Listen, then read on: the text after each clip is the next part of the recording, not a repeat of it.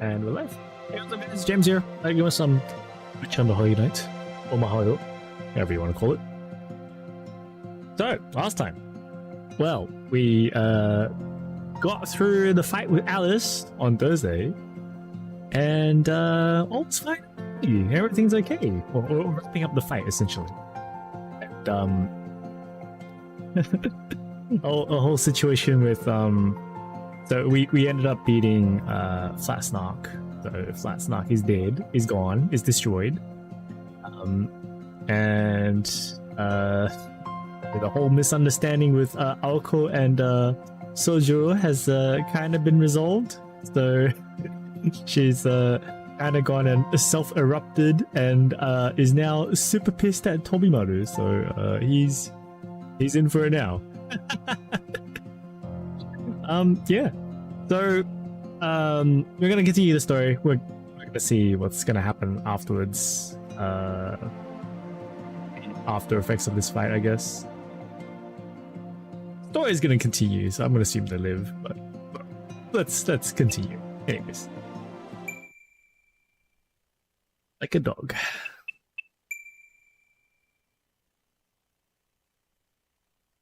I was looking online for like a list of the episodes, but I couldn't find one. Yeah, okay, so it is 6. Good. He was still in a deep sleep. Oh yeah, and Aoko ended up sealing Sojimaru inside the bottle. I think that's to carry him away. Yeah. Like a what? Hey bud, what's up? How you doing? It all seemed ablaze in a mad fury red. Bearable idle thoughts. Incessant obstinacy. Melancholy sights and gloomy, bittersweet talk. Fickle wickedness born of human interaction.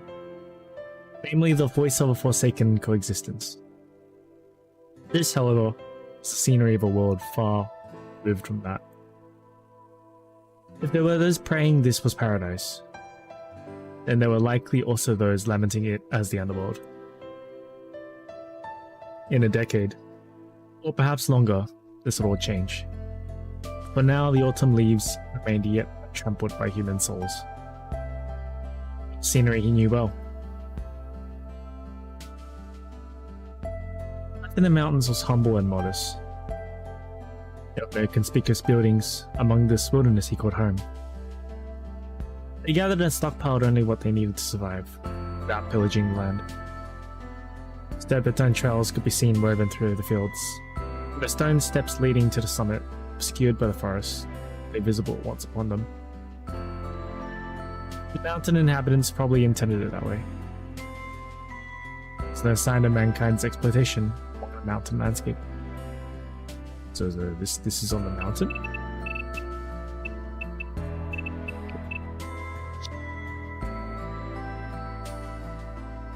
This is like where Sojuro came from. Yeah. He suddenly remembered that this was the season he liked the most. Or rather, it suited him the most. There was much to be done to prepare for winter. But whenever he had a free moment, he would make his way toward the mountaintop. Gazing idly at the setting sun, breathing deep the crisp autumn air, was probably the second favorite of his daily joys. It relaxed him, the cold but comforting wind at dusk, and the way the sunset dyed the peaks of vibrant crimson. 2 months had passed since coming down from the mountains, and already it pained him that the memories had begun to fade. Someone once told him that memories fade every day, so the best one you do, right? The best you do is make as many new ones as possible. Recollections grew hazy. A new place to live meant the beginning of a new life. Wasn't sure if he was reluctant to let go of the scenery he'd cherished for so long, or if he'd merely been spoiled by it. Despite his new home in a city surrounded by tall buildings, he felt guilty for wanting those memories alone to remain clear in his mind. Either way, he had to make the best of a fresh start. What kind of man thinks more about where he came from than where he's going? He contemplated. そうか。これ夢だ。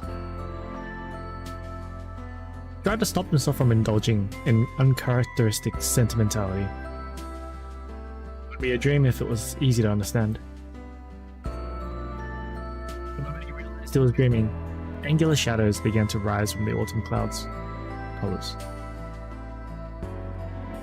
Concrete buildings, previously unknown, and yet familiar to him at the same time. This is how his current life was washing away his memories. Struggle as he might, there was no stopping the degradation of human memory or impressions. It was merely a fact of life. By nature, humans lived in the present over the past.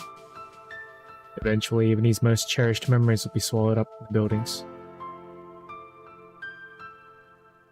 Okay. I put it in there without realizing it was in there. It was neither cruel nor heartless. If they were sure to disappear, then for now he would content himself with dreaming about the memories he could clearly recall. Whether in the mountains or the city, the days flew by. Yesterday's scenery was not the same as today's. And such, he had given him no time to grieve. Distant nostalgia was beautiful. That made it fleeting. 土産入道じゃないんだぞ、青崎。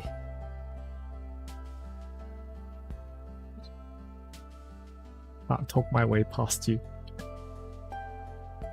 A faint dizziness made him close his eyes. Without sight, the mountainous landscape vanished. In its place, a familiar voice could be heard. It was a booming voice that seemed to shake not only the mountainside he stood upon, but the entire mountain as well. And of course, Alcohol was like European, towering in the distance. Must have been tired, he thought, diagnosing himself while trying to make out what she was saying. Fearing the vertigo would return if he reopened his eyes, he decided to keep them closed. Sounded like she was arguing with someone. The tone was all he could make out. It wasn't violent, certainly aggressive. Maybe she was picking a fight with another mountain across the way. It wouldn't put it past her. After all, she was a troublemaker who blew up the moon. Couldn't quite grasp the conversation, but somehow, vaguely, he had the sense that his human rights were being largely ignored. It was deeply unsettling, even for a dream. For several minutes, it seemed that the high-impact argument ended in Alco's victory. Then suddenly the boisterous voice faded. Praying everything would be back to normal, he opened his eyes.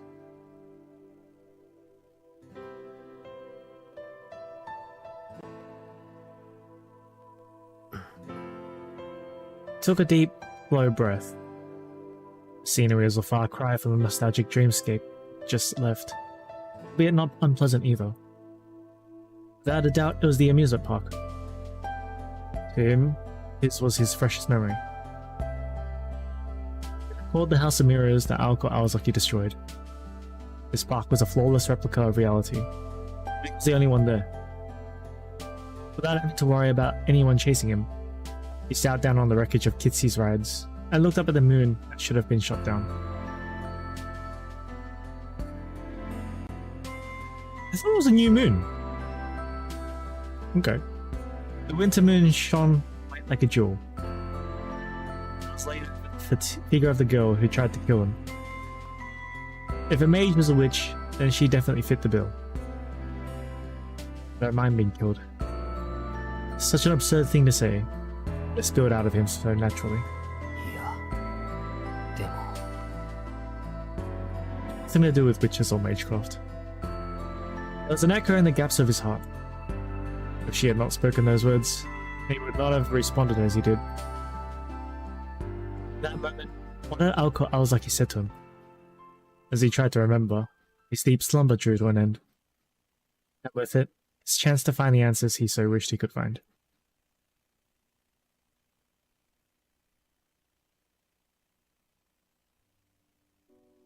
Probably a plot hole or something.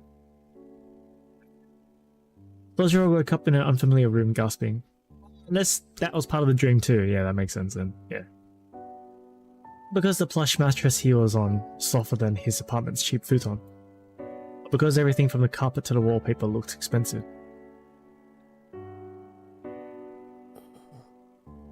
It's Alice. He ordered. He tried to catch his breath. She was the cause of his surprise. The moment Sojiro's eyes snapped open, there she was. The girl dressed in black, sitting at his bedside. The silence was deafening. Still supine on the bed, Sojiro gazed at her. His impulse was to sit up, but he refrained, thinking it might be rude to be staring at the person sitting next to him. He was just sitting there, on a chair, dressed in black, modest clothes. Still, she projected an air that was anything but plain. Her monochrome outfit evoked indescribable elegance. Like a costume handmade just for her, from the finest fabrics. It was enough to inspire poetic sentiments even in Sojiro. The girl continued to sit, completely motionless. Without realizing it, Sojiro had stopped breathing. Genuine astonishment had him captivated. Such beauty. It was the first time he had ever thought to use such a simple, plain expression to describe another human being. His feeling as a human being, waking up in an unfamiliar ceiling realizing you were on holiday.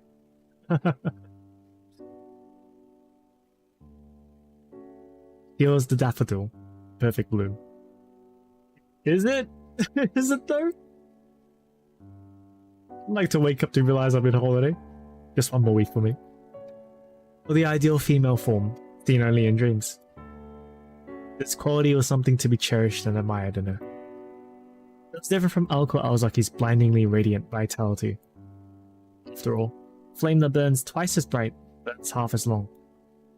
And there was no way this girl would be allowed such a happy ending. Life was a solitary fable of someone who left the world in exactly the same way they entered it. With her humanity stolen at birth, this was an existence of this world. The more beautiful something was, the more tragic its fate. Growing up in the mountains, this was not something Sojiro was taught, but something he learned from experience. 眠ってるみたいだ。 Sojiro turned his head, as though he was being lured in. He knew it was rude to stare, but he couldn't fight his instincts. Then, this time his heart actually skipped a beat. He was not asleep at all. Expressionless, he was merely watching over him while he recovered. Sojiro froze, unable to turn his head away, think of something clever to say. It was like staring into her eyes turned him to stone. Just because of her delicate features, she looked somewhat younger than him. On the other hand, her tranquil expression made him feel like she was older. Jet black hair, just to her shoulders. Large eyes were set like onyx stones, matching her hair. Devoid of emotion, her gaze stayed fixed on Sojiro. Even after their eyes met, she did not turn away. He wanted to speak, but could not find the words. It was not unlike a frog being stared down by a snake. Nevertheless, he could not bring himself to say something. Additionally, no matter how carefree Sojiro might have been, he was painfully aware that this girl was as powerful as Aoko. As talkative, to be sure, still powerful. Objectively, the scene was not unlike that of someone nursing a bedridden stranger. He had no idea what she may have been thinking about. It seemed to him this harsh silence might last forever. All he could say for sure was that the quiet did not appear to bother her in the slightest. It was like some bizarre form of punishment. これが青崎の仕込みなら手が込みすぎる。 He thought, keeping his eyes on the girl. He felt like the moment he turned his head or blinked, it might stab him in the chest with a hidden blade. Not because his imagination was running away with him. In the stifling silence, it was only natural that Sojiro would think on what happened in the amusement park, and it made him uneasy. Stronger than any anxiety was his fascination with the girl. Her slender frame and milky white skin, the chill of her guarded stare, the warmth of her lingering femininity. It was the mixture of those two latter qualities that was almost magical. He stared at her for so long, he began to get the feeling that they had met somewhere before. Sometime before the conflict at Kitsyland. Could not quite put his finger on it. I was sure he had seen her previously. その、今更だけど、 His voice shattered the frozen silence in the room. He almost felt sorry for making noise as he spoke out to her. They could not very well just sit and stare at each other forever. Though he might have been the only one thinking they were staring. Perhaps she thought they were glaring at each other. ここはどこで、君は誰だかわかるかな? He narrowed her eyes slightly, though apparently not out of offense. There was no response. Just as he was thinking it might have been better to keep quiet, she quietly raised her hand. これ、あなたのでしょ? Voice was cold but melodic. A light piece of cloth was wrapped in her fingers. There was no need to tell him what it was. He was conscious enough to recognize his own possessions. Sojiro sat speechless as she tossed it to him. Picking it up, he wrapped it around his neck. 青子は、それを知っているの? He looked away in response to a blunt question. Distracted by something unrelated. So it's the bandage that he has around his neck. Okay, we don't know what's underneath it yet. She called Alko Awazaki by her given name. She led him to believe that the mountain Alko had argued with in his dream was actually the girl beside him. さあ、どうだろう? Sincerely as he could, he answered without presumption. There are things that should be known, and things that need not be. There are also things that should be told, but things that must not be. Sojiro was not exactly sure what that she was referring to. However, that was. でも、その方がいいとは思うよ。He smiled slightly at her question. Perhaps impressed by his response, the overwhelming pressure in the room dissipated noticeably. Maybe she had been more nervous than he was the entire time, projecting the image that his room was her domain a tad too strongly.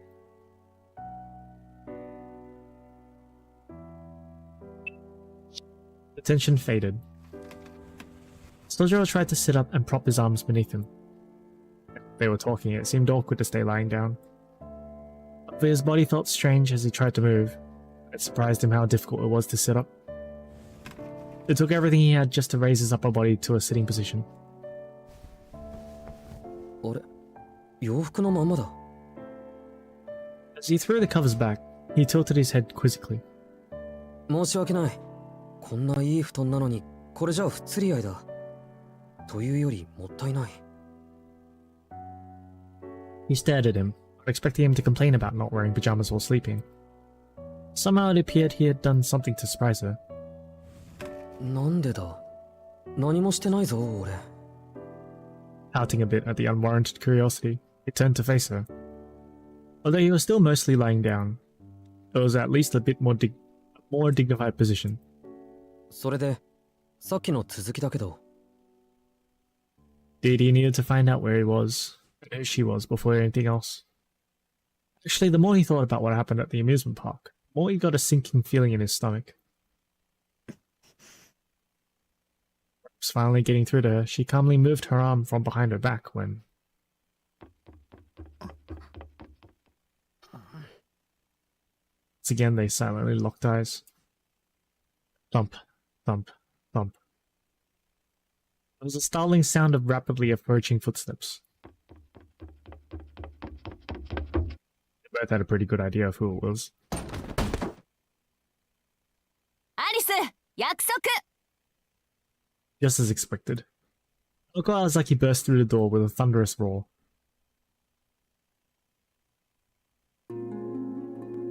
He entered wearing her school uniform, her long hair flowing behind her. Breathing was heavy, and her forehead was wrinkled by a scowl, granting her a demonic appearance. Alice!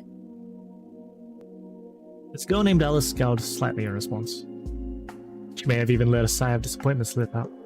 早かったわね、青子。Her calm voice was the polar opposite of Alko's. Needless to say, her voice dripped with a brazen coldness. そりゃあんたの性格は知り抜いてるからね。こういう時の短絡思考はこの2年で経験済みよ。お行儀がいいようで面倒になったらあっさり投げ捨てるのがあんたでしょ。いやね、人聞きの悪い。Effortlessly, he brushed aside Alco's jab. In doing so, Sojiro had the distinct impression that she no longer even realized he was in the room. はっ、それで今日まで何度煮え湯を飲まされたことか。青子に譲ると言ったけど、よく考えると面倒だから私の方で処理しておいたわ。なんて言い訳、もう聞き飽きたっつーの。短気なのはそっちの自由だけど、それなら後の始末は相方に任せるのが最低限の筋ってもんじゃないの。そうね。そうでなければ共闘している意味がないわ。まあ今後の方針を勝手に決めた人のセリフじゃないとは思うけど。それもきっちり型をつけたでしょ。いい？勝ったのは私たちよ。逃げ切れば見逃してあげるって言ったのは誰？言動には責任を持ちなさい、アリス。それとも何？もしかして一番気に食わないのはそのあたりの理由なわけ？ Alice frowned slightly and fell silent. That housemaid seemed to have struck a nerve that Alice herself did not know was there. とにかくこいつの扱いはちゃんと目が覚めて本人の意思でどうするか決めるまで保留ってことで合意したでしょ。人の留守中に出し抜くのはやめてよね。それ、青子、学校はどうしたの？まだ正午になったばかりなのに。アリスのとこが今日で終わりって思い出して家庭の事情ってことで早退したのよ。期末試験前だってのにほんと何やってんだか。Alco grumbled, more to herself than anyone else in the room. She locked eyes with Alice. More accurately, they glared daggers at each other. The men became tense once again. It felt like a fight could break out at any moment. With no way to escape, Sojiro had no choice but to sit and watch. Then, the electric silence that seemed like it would last forever suddenly broke about a minute later. Apparently this sort of clash was an everyday occurrence. 私は今に言っているから、彼に事情を説明してあげて。Mother stood up from the chair, made from the door. Watching her go, Sojiro cocked his head. In her hand was what could only be described as 果物ナイフ。 no other words to describe the tool she was clutching. アリス、あえて聞くけどその手に持ってるの何？ Alco asked Alice as she walked past. 探検ね。どう見ても。Alice answered expressionlessly, before briskly walking out the room. お Sojiro thought it best not to think too deeply about the scene he just witnessed.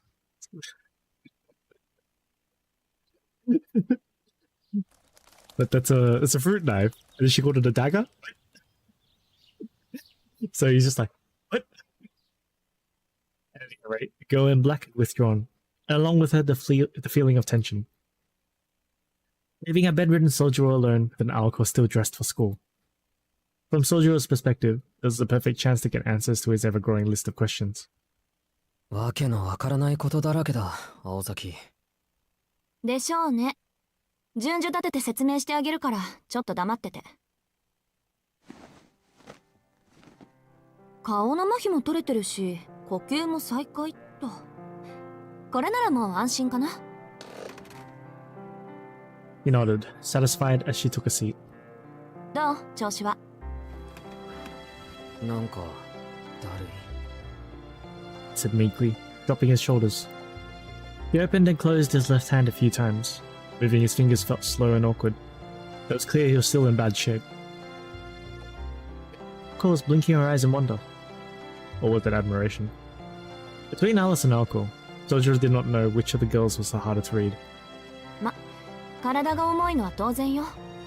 丸2日経ってるし、寝てるだけでも体は弱ってるだろうし。Damn, 2 days straight. でも、もう話せるくらい回復してるとは思わなかった。あんたって見かけより頑丈にできてるのね。ん？ The mountain boy. 2日って？あれからそれだけ経ってるの。学校には欠席届出しといたから、その点は安心して。ガンドの呪いもダンプティの呪いも私とアリスとで解除しといたから。 That's one mean punch, Orko. Soldier nodded at the word curse, as if recalling it suddenly. It's all coming back to him now. どうかした？そんな遠い目しちゃって。ああ、忘れてた。それで2日も寝込んでたのか。怖いもんだな、呪われるってことは。ほんと緊張感ないわね、あんた。ローのように眠ってたのが嘘みたいよ。下手すると一生あのまま石膏もどきだったかもしれないのに。ちょっと待った。今すごいこと言わなかったか？ Is it really that bad? 言ったけど、引かぬが花よ。経緯はどうあれ、後でアリスにお礼を言っときなさい。私じゃ解除できなかったんだから。ひどい花もあったもんだ。あ、けどアリスっていうのはさっきの子か？遊園地で俺たちを殺そうとした？ Orko replied that it was. 彼女ずっとそこに座ってたけど、ここは彼女の部屋なのか？ Soldier scanned the room again. He was not accustomed to sleeping on anything other than a futon. And it looked especially foreign to him. うん、ここはただの客室。長いこと使ってなかったから埃だらけでしょ。それよりアリスと何か話したの？あなた。いや、あれを会話というのはちょっと。Brought his hand to his mouth and caught the few words they exchanged. Soldier said calling it a conversation would be a gross overstatement. Thinking back on it, it seemed like they had talked for hours, which brought an uncomfortable smile to his face. とはいえ、緊張は解けたと思うよ。青崎がやってくるのがもう少し遅かったらよかったのに。Alco narrowed her eyes at his innocent slip of the tongue. He knew Soldier did not mean to treat her like a nuisance. Nevertheless, he found it hard to take the full brunt of the words she said to his very face. Even once he sensed that she was getting used to his manner of speaking. でも、だからなのかもね。相変わらず首の皮一枚の人生を送ってるわ、あなたって。Tilted his head, clearly confused. だから、あんたはよっぽどアリス好みの対応をしたのよ。まだ生きてるってそういうこと。No matter how hard he tried, he could not grasp what she was getting at. He decided to change the subject to something else. ところで、ここはどこなんだ？あの子に聞いても教えてくれなかったけど、青崎なら教えてくれるだろ？ここは三崎町の幽霊屋敷よ。正確には不穏寺邸と言えばいいかしらね。さっきの子、不穏寺アリスの持ち家で私が住んでるところでもある。あの後あなたをここまで持ってきたんだけど覚えてないでしょ？アメリカや。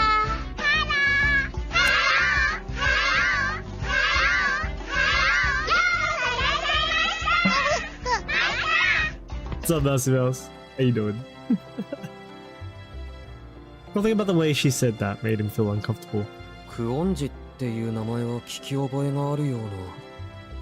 そうだ、よく商店街でおじさんたちが話してた。なんでも偉いお金持ちだとかなんとか。それ、アリスの前ではご法度よ。穏便にここで暮らしたいならね。Confused yet again, Sojo tilted his head for what seemed like the 100th time that day. And once again he had heard something to make him feel uneasy. 青崎、君今なんて言った？しずきくん、私ね、あからさまな嘘を言う人と同じことを何度も言わせる人と察しの悪い人には容赦しないから。Wild death. You want to live here in peace. そのあたり覚えておいてね。ここで平穏に暮らしたいなら。With her best smile, Oko made a threatening proclamation. Needless to say, it caught Sojo completely off guard. 気のせいならいいんだけど。君の言葉には俺がここに住むような響きが感じられる。 Shot her an honest stare of disapproval. It was the best resistance he could muster. It was not in the slightest effective against Alco's overpowering ruthless glare. あなた自分の立場は分かってる？ He considered her words carefully. He wanted to openly express his feelings on the matter. Instead, he swallowed his words and shook his head.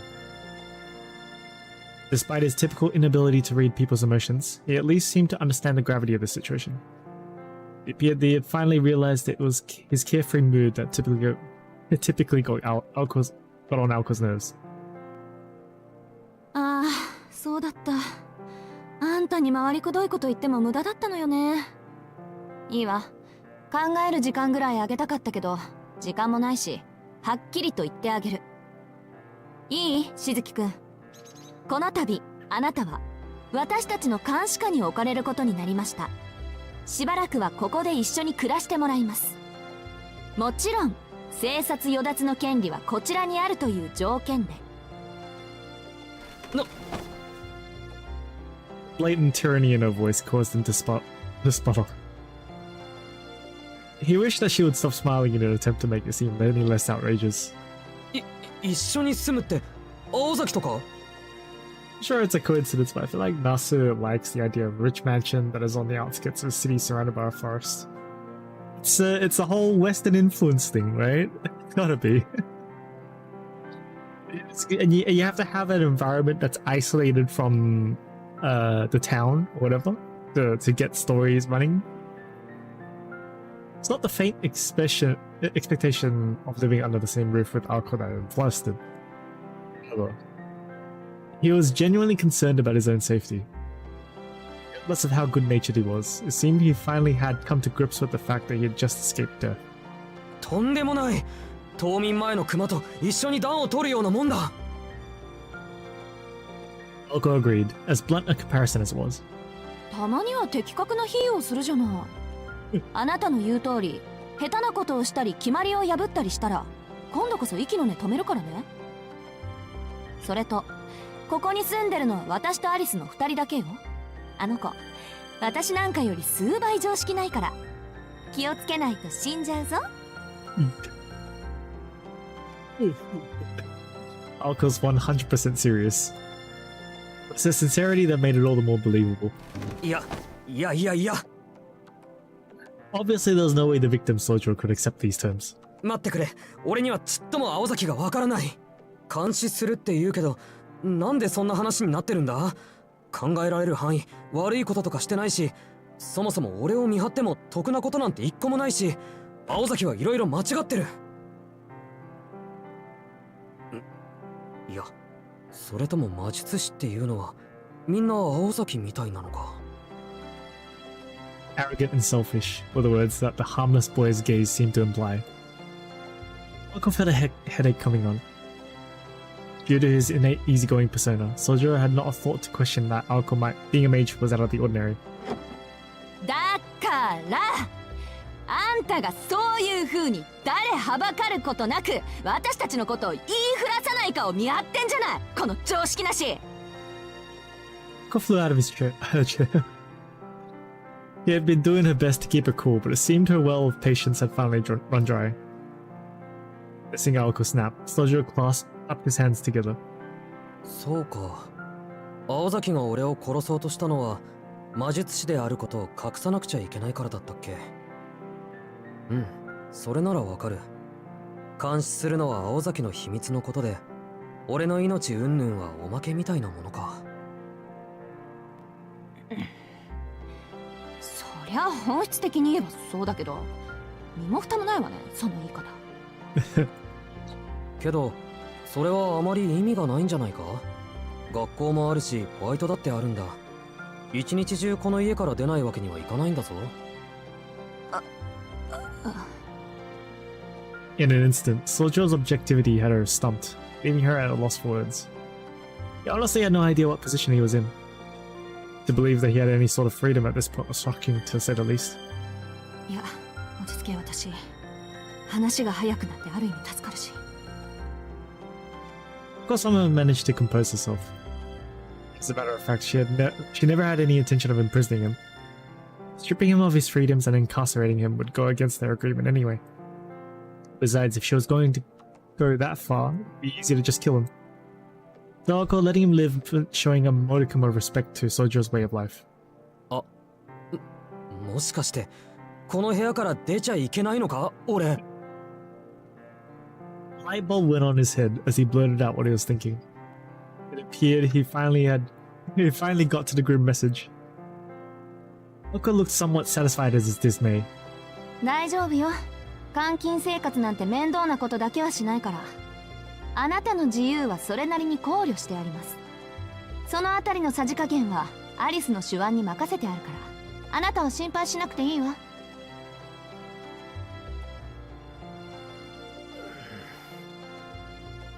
A gloomy look fell over Sojo's face, as he found his concern growing by the second. いい。あなたの処遇はこの家に住むことを前提にした監視で、それも解決策が見つかるまでの期間限定。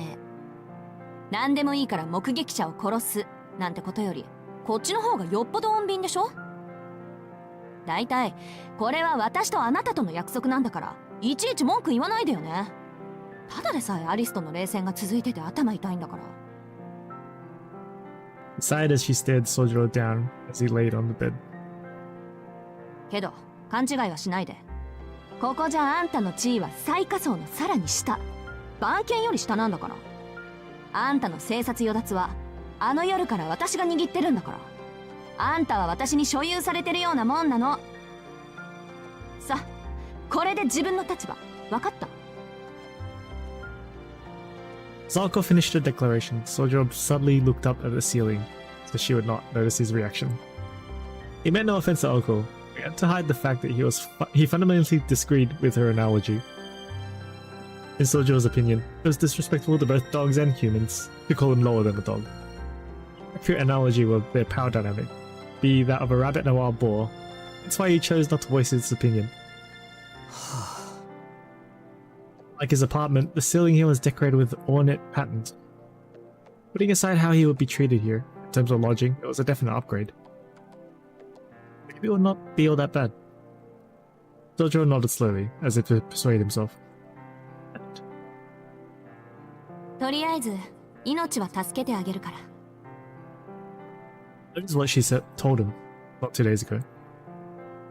あまり納得したくないけど、自分の立場は分かったよ。うん、確かにそんな約束だった。いろいろと言いたいことはあるけど、それは認めるしかない。だけど、君たちと一緒に住めっていうのは本気なのか？青崎は細かいことは気にしないとしても、さっきの子は嫌がりそうだし、俺だって少しは。 At that point, he zipped his lips. Alco's eyes were tinged with bloodlust. あら、しずきくんはご不満？ A contrived smile, so obviously forced, struck despair into Sojo's heart. Come to think of it, he vaguely recalled her warning to him not to make her repeat herself. Furthermore, as a practical matter, Sojo Shizuki's life was now in the hands of Alco Aozaki. It would be unwise to anger her further, he told himself as if speaking to a third person. いや、別に。だってそれ以外ないんだろ。None, Alco said with a firm nod of her head. Sojo slumped his shoulders in surrender. うん。青崎の言い分は分かった。ただ、一応聞いておきたいんだけど、俺の人権はどこに行ってしまったんだろう。バカね。そんな形のないものなんて初めからあるわけないでしょ。つまんないこと言わないでよ。He never had any in the first place. Sojo reflected upon her answer, now feeling like his question was indeed stupid. Should have already known the answer before he asked. ああ、だと思った。そんな気はしてたんだ。目が覚める前から。His muttering provoked a dubious stare from Alco before she quickly retracted it. If she questioned every little thing he said, it would be there until sundown. とにかく納得いったみたいね。じゃあ次、いよいよ本題。今に移動するわよ。説明しなくちゃいけないことが山ほどあるんだから。て一人で立てる？さっきから手を動かしてたから血は巡ってる。歩くぐらいならいけそうだ。なら問題ないわね。 That, she turned her back and walked away from him. He had seen this bold form of hers many times before. Instantly, the memories flashed back to him like lightning. そうだった。青崎はこういうやつだった。Without knowing it, he cracked a smile. He was so lost that he did not know his left from his right. Calling this alone was enough to calm him. The alcohol he knew was different from the one in the house mirrors. She was not that brooding girl he saw there. He felt a pang of nostalgia. The alcohol he knew was brisk in movement and unfaltering in gaze, just like this one. She was the same as when he first met her, yet flowing with confidence in her element. ほら、急いだ急いだ。アリスがさっきから居間でお待ちかねよ。He was already outside the door, standing in the chilly corridor. 寝たきりの辛さを知らないだろう、青崎は。Grunting and groaning, Sojiro eventually got to his feet. His body, heavy and stiff while he was lying down, cried out in pain as he tried to stand and walk. Every step sent shooting pains through his bones. Despite this, he put on a calm face and made his way towards alcohol. Typically, he was quick to not pay any mind to his life's little struggles, but these pains, he needed to force himself to consciously ignore them. In other words, he was displaying false bravado. An uncharacteristic reaction for someone who had never suppressed their true feelings. 驚いた。あんた本当にタフね。ありがとう。けど心は弱いんだ。参考までに心に留めておくわ。できる。Her voice was devoid of any true empathy. She turned away from the once more dejected Sojiro and began walking briskly down the corridor. と。 Just then she stopped, feet snapped together, as if something had popped into her head.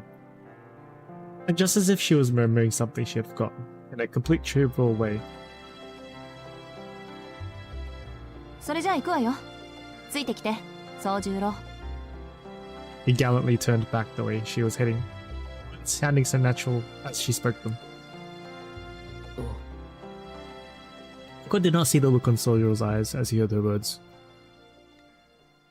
Although she worked in the arcane, the spell Oko had woven was apparent to everyone but her. After blinking his eyes as if blinded by something, Sojiro casually nodded and followed behind her.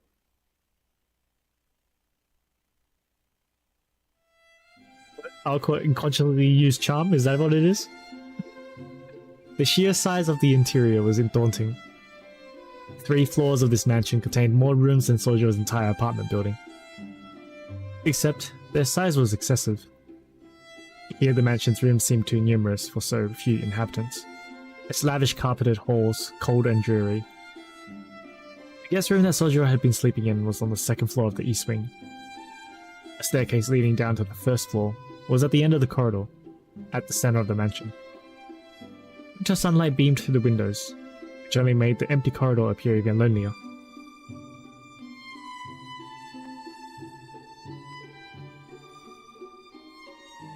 The center of the mansion was topped by a vaulted skylight overlooking the 1st floor. Staircase connecting the 1st and 2nd floors lined its walls. Another staircase at the other end of the 2nd floor corridor presumably led to an attic, storeroom of sorts on the 3rd floor. Paying no mind to Sojiro's squawking, Oko descended the stairs with familiar steps. The foyer was a place of white and wood grain. Its hardwood floors shone brightly under the sunlight coming in from the ceiling, and the tall white walls were spotless and brawny. There was a staircase leading to the 2nd floor, unused fireplace. A neglected telephone sat on the table, opposite a solemn grandfather clock. It was more like an old castle than a mansion. Uncle shot Sojiro a callous stare, stood captivated by the otherworldly scenery. 今はこっちよ。ぼさっとしない。He grabbed the knob of the door next to the stairs. 4 doors to the foyer, and the easternmost as you entered the house led to the drawing room, door on the opposite side of the foyer led to the mansion's west wing. To the south was the entrance. Outside was one more door next to the fireplace. Tucked underneath the stairs, this door connected to a bathroom unbeknownst to Sojuro. Due to the lack of windows, the first floor's corridors were not lit well. The second floor was a seldom attended infirmary, and the foyer a stairwell in some forgotten foreign castle. And the first floor corridor was a windowless labyrinth, not unlike the corridors of a hotel. Though it had not been long since Sojuro came into the city, even he could feel this place was out of the ordinary. Seeing as how he is going to be stuck here for the foreseeable future, he found it hard to get excited about living in a haunted house. そこが今で奥が厨房ね。簡単な料理ぐらいはできるようになってるから。今の隣にはサンルームがあるんだけど、ここが食卓の代わり。ってそんなの後でいっか。Alko said, reaching for a door along the dim corridor. But she paused before turning the knob. She flashed Sojuro a meaningful glance, which she quickly withdrew. Then without further ado, she opened the door. お待たせ。承諾したわよ、あいつ。He said to Alice, as she entered the drawing room. After hesitating for a moment, Sojuro entered after her. Compared to the corridor, the drawing room was unexpectedly modern. The carpeted floor, leather sofas, and a large 30-inch television were more what Sojuro had come to expect in a normal home. In this family-oriented room, a girl far removed from a said setting sat quietly on the sofa. Alko sat on the sofa across from the girl in all black. This gave Sojuro two seating options. Next to Alko Awazaki, next to Alice Koonji.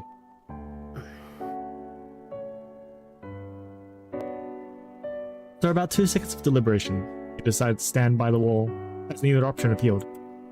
Alko and Alice was facing each other across the coffee table. The clean, perfectly level table somehow added to the austere atmosphere. 当事者も認めたことだし、これで何の問題もないわね、アリス。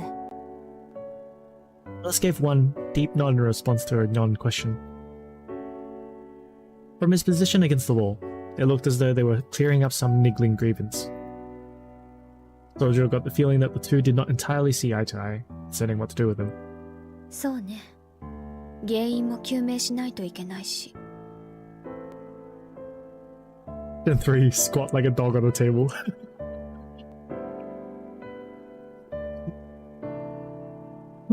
Are you gonna say Caesar on the ground? I don't know if he could though in his body's condition. A lot of people actually can't do Caesar. That's like sitting on the flat of your calves essentially. Anyone doesn't know what Caesar is. She cast a sideways look at Sojuro with those darkly shaded eyes of hers. Voice shared the same cold indifference, making it abundantly clear she had no intention of accepting him as a housemate. けれど、あなたはそれでいいの？遊園地でのことを忘れてはいないでしょ？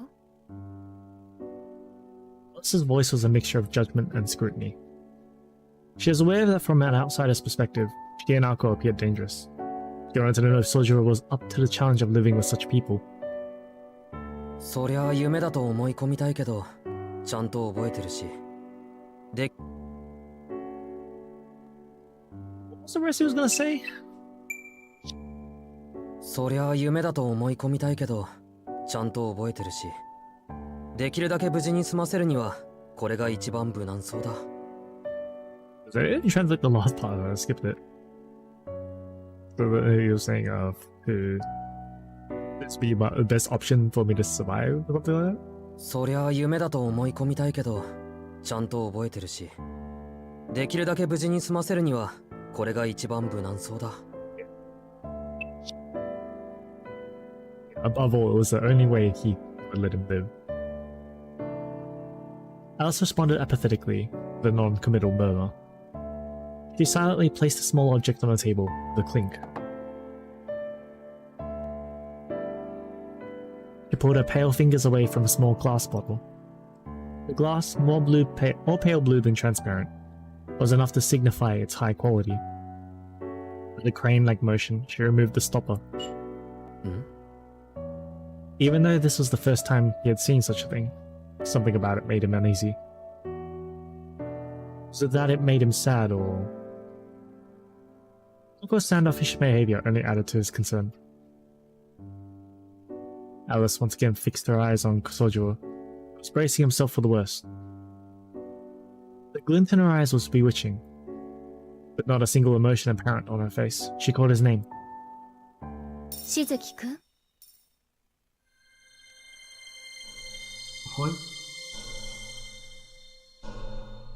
The moment he responded to her whispered call, his surroundings began to transform.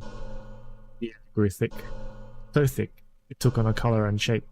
The density and discomfort that coiled around his skin made it seem like the air had become words. Just get sealed in another bottle. Opening his mouth to gasp for air, the words invaded his lungs. Instinctively, he covered his mouth with his right hand, and clutched his chest with his left, his hands appearing clear as mud. Even the thickest of mountain fogs never seized his senses like this. If he had to come up with an analogy, the words could quite describe it. It was like he was standing in the pages of a newspaper. First sense to adjust to this new sensation was his hearing. Then his breathing stabilized, yet the feeling of suffocation remained. There was nothing restraining him that he could see. He felt an intense claustrophobia. Before he'd even felt shock at the sudden change, he reached out in an attempt to find an escape. But his outstretched hands found only emptiness. It seemed contradictory that a place with no walls and a wide view could feel so cramped. Spirited away in a dense fog.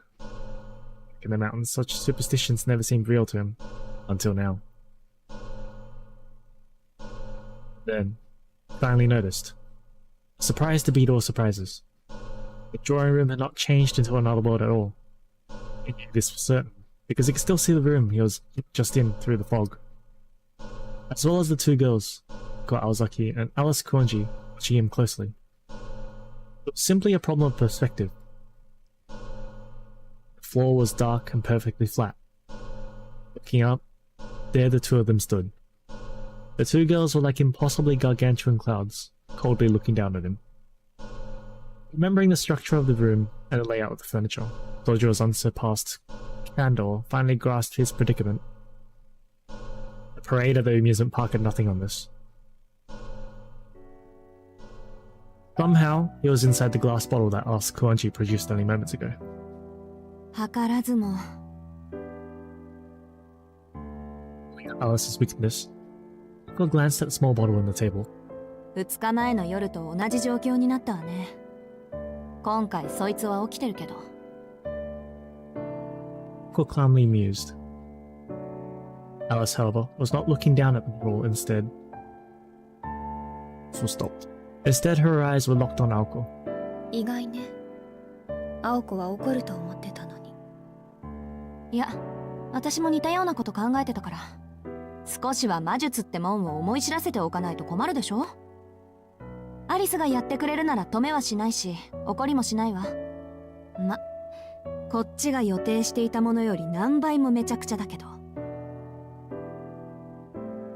Ko did not take her eyes off the bottle as she spoke.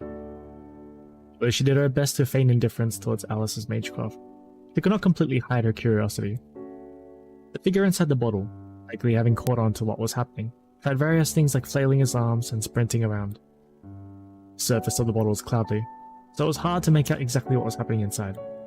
ところで、これって私にくれたやつとは別物みたいだけど。あれより作りは細かいわ。青子にあげたのは使い捨ての、隔離するだけのものよ。これはお互いの声も聞こえるから。へえ。けど、その割には何の反応もないわね。青子には聞こえないだけよ。Said calmly, finally dropping her gaze to the bottle. Just then, the figure inside stopped moving. It appeared only Alice had a connection to the world inside the bottle.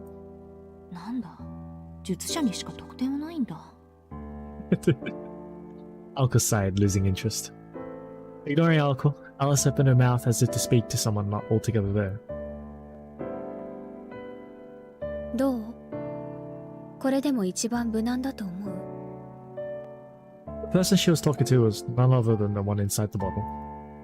He was, of course, referring to Sojiro's earlier comment. It's her way of testing the boy who implied that living in this mansion seemed safe. いきなり小瓶に閉じ込めて聞き返すあたり容赦ないというか、この子の洋館への執着も問題よね。And again, considering Alko had invited this witness to a house of mirrors for a fight to the death, she was in no position to criticize. She would make sure Alice did not let her emotions get the best of her. For now, she was content to observe her as a bystander. After a moment, Alice's expression changed. She must have gotten an answer to her question. Without any way to tell what the situation was inside the bottle, who had no idea what the answer was. Well, Alice's face was the one she had made, but the boy she was talking to said what she wanted to hear. It's the one Alko had made when the boy she was talking to said what she wanted to hear. What? 私が言えることでもないけど。For an instant, she glanced at Alko. Slightly shaking her head, she reached for the small bottle. ほんと、物好きね、しずきくんは。He said his name with what seemed like a forlorn frown. As soon as she removed the stopper, the air in the room quivered. The boy who had been casting a shadow on the wall until a minute ago now leaned against it for support again. Alka turned around to face Sojiro right behind her, resting her elbow over the back of the sofa. どう？気分は。見ての通り、めちゃくちゃだ。Sojiro answered with unusual hostility. Alka was reminded of his strange behavior, and she was sure that he would be scared or shocked, not angry. 夢で似たようなものを見てなかったら、今頃心臓が止まってたところだ。そこはついてたと思う。信じられないのは、なんでいちいち実践するかってことだ。魔術は怖いものなんだって言えば済むだろうに。それと、物騒な青崎の声、聞こえてたぞ。物騒で悪うございました。けど、言葉じゃなくてきちんと実感してもらいたかったのは本当よ。どう？魔術ってもんを甘く見てたでしょ、宗十郎。As much as he hated to admit it, she was right. It was not that he had taken Madcraft lightly, merely that he couldn't understand it. けど、実感うんぬん言われても困る。これまでの青崎の無茶っぷりと、今のわけのわからなさはとても比べられない。そりゃそうよ。アリスと比べないでよね。アリスの魔術は私たちの中でもデタラメで、もう言葉にできないぐらい最悪なんだって言ったでしょ。失礼ね。人命を脅かすという点なら青子の方がよっぽどひどいと思うけど、それよりあなた、本当に彼を殺す気はあったの？一体どんな追い詰め方をすれば青崎なら多分安全なんて言葉が返ってくるのかしらね。そんなのはあったに決まってるでしょ。こいつが何て言ったか知らないけど絶対意味違うから。こいつはね、そもそも何が危ないのかやけどするまで気づかないっていうか、やけどしてもよし死ななきゃ安いなんて本気で思っちゃう天然ボケなの。Oh, more dangerous? More shadowing? ねえ、そうでしょ宗十郎。え？ No idea why she was suddenly shouting. She nodded anyway, to be safe. The drawing room had become awfully noisy. I sat watching the two at a complete loss. Back to the desk. And so, Sojiro accepted his supervised life in the mansion. That he would be living under the same roof as two professional mages. Experienced firsthand how dangerous that life could get. He was finally at peace with the situation. うん。まあ、そういうことなら。Even if it did not seem like it, he had thought it through his own way and came to a clear resolution. それじゃあやっと本題に入れるわね。監視するとは言ったけど、どうやって宗十郎を監視するのか、そもそもあなたを監視する原因になった魔術とは何なのか、そのあたりざざっと説明させてもらうわ。There we go, more exposition. Perhaps he was brought up to listen closely to lectures about new information. The soldier suddenly looked attentive. Alice, on the other hand, kept her mouth shut in silent defiance. 最初に言っておくと、あんたをここに住まわせる期限は決まってるから。要はその期限まで誰にも私たちのことを喋らず、また勝手に死ななければ晴れて自由の身ってこと。ね、そうよね、アリス。そうね。私たちを怒らせなければそういう可能性もあるわね。よし、いきなり話が食い違ってる。Soldier's head dropped like he knew what was coming. ちょっと黙ってて、アリス。あとあんたも黙ってろ。He scowled at the two of them, ready at her wits' end. 話を続けるけど、秘密保持のためにあんたを住まわせる場合、二次災害はどうしても避けられない。同じ家にいる以上、余計に秘密を見せることになるからね。アリスはそれが嫌なんだろうけど。Now that Alco mentioned it, Soldier could see her point. With their target of observation under house arrest, the disclosure of more confidential information was inevitable. ちょっと待ってくれ。堂々巡りじゃないか、それ。大丈夫、問題ないわ。だって最後にはここで暮らした記憶ごと私たちのことを忘れてもらうことにしたから。忘れてもらう？そう、公園での一件から丸ごと全部忘れてもらう。ルーンっていう魔術系統があるんだけどね、その中でサクッと記憶を忘れさせるものがあるのよ。非人道的であるのは変わらないけど、ま、命を消す代わりに記憶を消すってことで妥協して。青崎、それは。That Soldier isn't 100% clear. He has emotion or else I'll sleep you or is that dialogue. Yeah. 悪いけど反論は却下。He's just, I guess ignorant? Not really ignorant, but more like ignorant's like a harsh way of saying it. But he just doesn't know. I think he's generally reserved. That's what it seemed like. で、肝心の忘却のルーンなんだけど、私もアリスも専門外だから文献を探して習得するのに時間がかかる。つまりそれが監視の期限ってわけ。私たちが忘却のルーンを見つけるまで命を担保に口を閉じていてもらうわ。アリスはそんなややこしいことはせずに五感全部壊してしまおうなんて言ってるけど。しずきくん、リビングスタチューとか嫌でしょ？ Soldier only understood about 80% what Alco had explained. This part about a living statue had gone straight over his head. He had tried his best to visualize what Alco was going on about. The only thing he could conjure in his mind was the image of a mascot creature, Kitsy. うん。それは確かに嫌だな。Alco agreed with the bewildered Soldier. Neither one was the wiser to the other's misinterpretation. とにかく遅くても1ヶ月で忘却のルーンは見つけ出せるだろうし、1回きりの実行ならプラス2ヶ月ぐらいでなんとかなるわ。それまであんたにはここで暮らしてもらうわけだけど、私たちについて無知のまま歩き回られると命の保証はできないのよ。そっちもこっちの事情を知らないのは気持ち悪いだろうし。なんで今から簡潔に現代の魔法使いの何たるかを教えてあげる。それで少しは私たちへの勘違いもなくなるだろうし。She thought this country bumpkin had any idea of old or new anyway. Thought being brought a smug grin to her lips. 洋館のことは後にして、まずは私たちの立場についてね。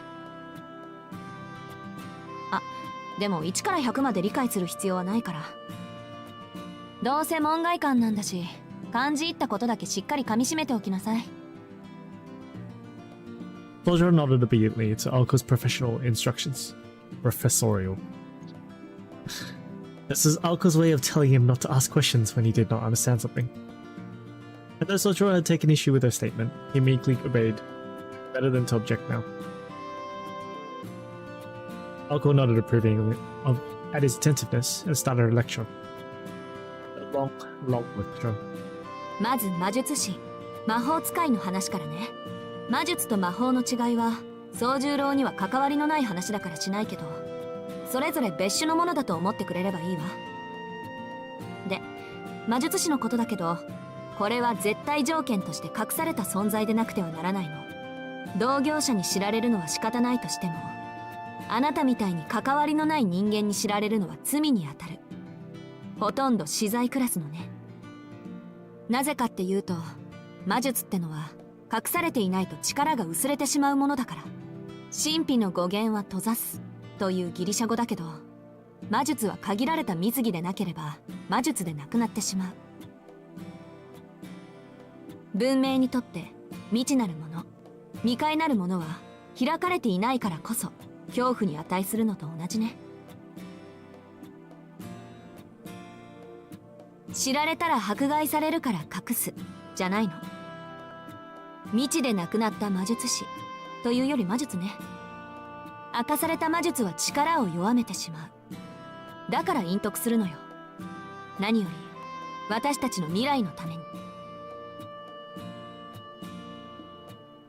It's kind of weird, but alright. 魔術の仕組みはよくわからないけど、とにかく自分だけの秘密でないと弱くなるってことか。じゃあ青崎も弱くなってるのか？俺。いいえ、別に。ここからはちょっと込み入った話でね。弱くなるっていうのはあくまで全体。それも随分と未来の話。個人単位では関係のない話よ。汝隠匿すべしって不分律はこの大元の仕組みが形骸化していつの間にか絶対のルールになっているだけなの。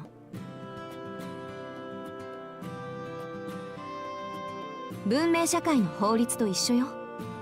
犯罪不道徳を罰するのは人間的であろうとする意識の高さと、それとは全く別の全体の仕組みを守るための構造的な結論でしょ。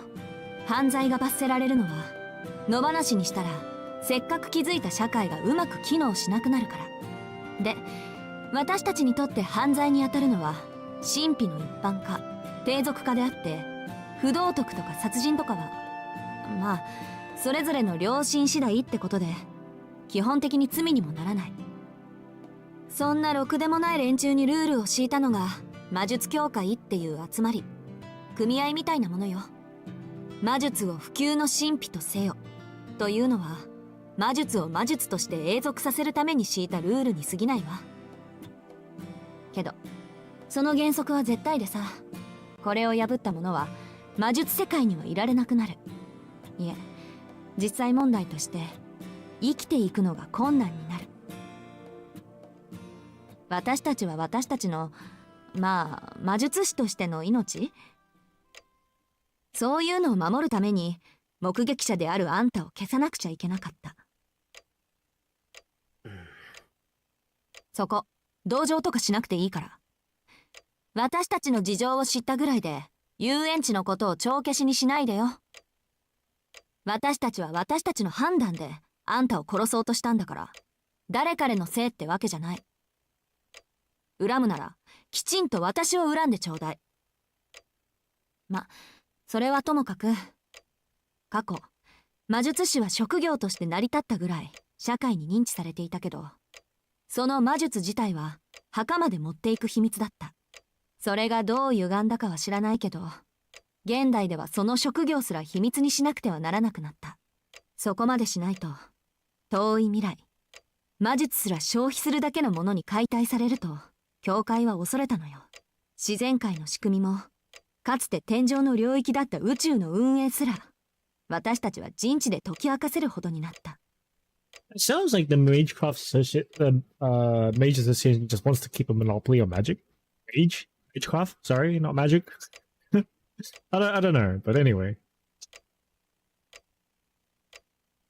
人の手に余るもの、神秘という未知の領域にとって魔術が最後の砦になると教会の設立者は信じたのかもしれない。それとも魔術なんてもう意味がないって達観したのかもね。そんなわけで魔術師はその正体を隠して各々の秘技を伝えていった。他人に教えるわけにはいかないから必然的にその伝承者は子孫になる。私もアリスもそうやって何代か続いた連中の末なのよ。さっき言った魔術協会っていうのはそんな細々と続いてる連中を束ねる一大組織。魔術師にとって司法の神ってところかしらね。教会もいろんな派閥に分かれるんだけど、大抵の魔術師はロンドンの魔術協会に属している。汝隠匿すべしっていうのも教会の三大原則の一つよ。魔術師が一般人に秘密を漏らすと教会から罰が下される仕組みになっている。そんな罰なんかなくても自分と血族が伝えた魔術のために目撃者は消さないといけないんだけど。 That was the end of the first part of the lecture. Keiko paused for a moment. Tojo was doing his best to process the information. 次行くけどいい？いいけど、その前に確認したい。魔術師が正体を隠すのは自分のためじゃなく魔術のためだったけど、最近では自分の正体を隠すことの方が重要になっている。そしてその決まりを破ると教会というところからお咎めが来る。つまり青崎たちもその教会に入っているのか？いいえ、私たちはフリーよ。一応教会とつながりはあるけどね。単純に教会は最大勢力ってだけ。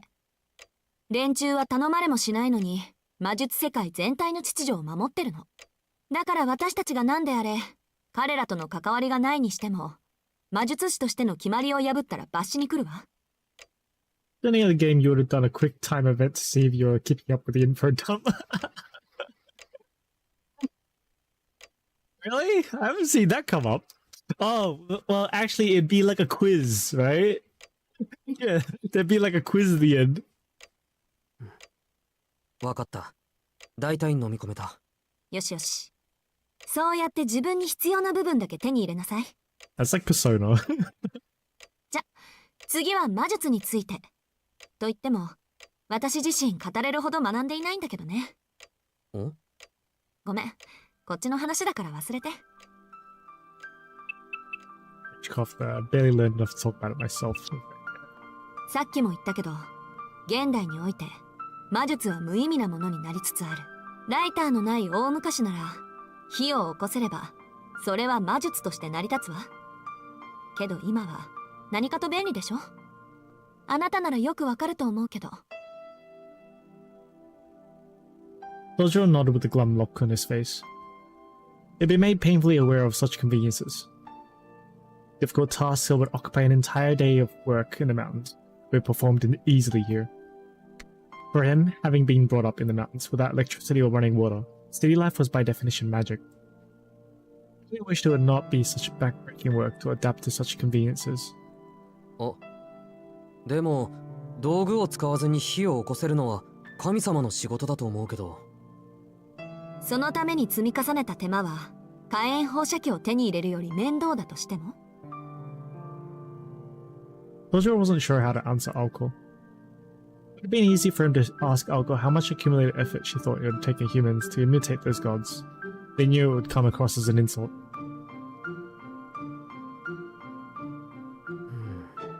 さっきのを見る限り魔術ってのは何でもできると思ったけど、それは誤解なのか。 He glanced at the glass bottle on the table. Mentally, he sighed in relief. He had not come to terms with the fact that he had been trapped inside that tiny thing. However, あら、それこそ誤解よ。万能じゃなければ誰が魔術なんて学ぶと思ってるの？ Alko puffed out her chest as she chided him. 手間暇かかるけど魔術にできないことはないわ。中にはできていないけどできているように見せるみたいな何らかのイカサマはあるけどね。この世界に生まれた以上その許容範囲でできないことなんてないの。そこで魔法が出てくるんだけどそれはまた改めて。私が言いたかったのは、魔術は奇跡を起こしているのではなくて、その過程が奇跡だってこと。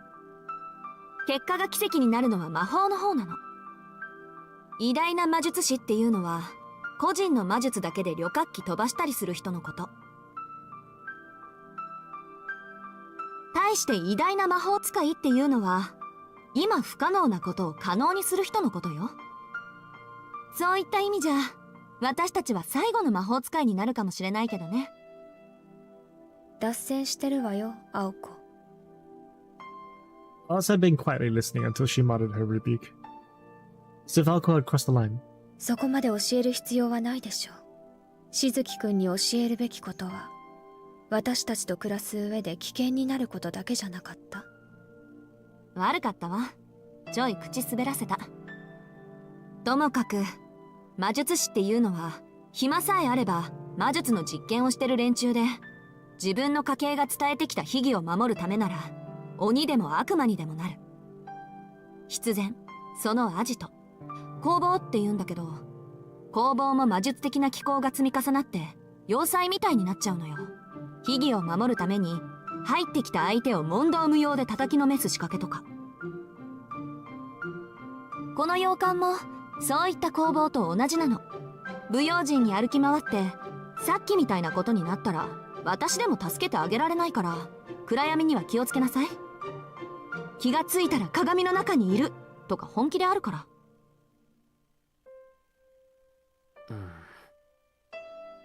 Soldier also hoped that they would provide him with a general idea of what to watch out for.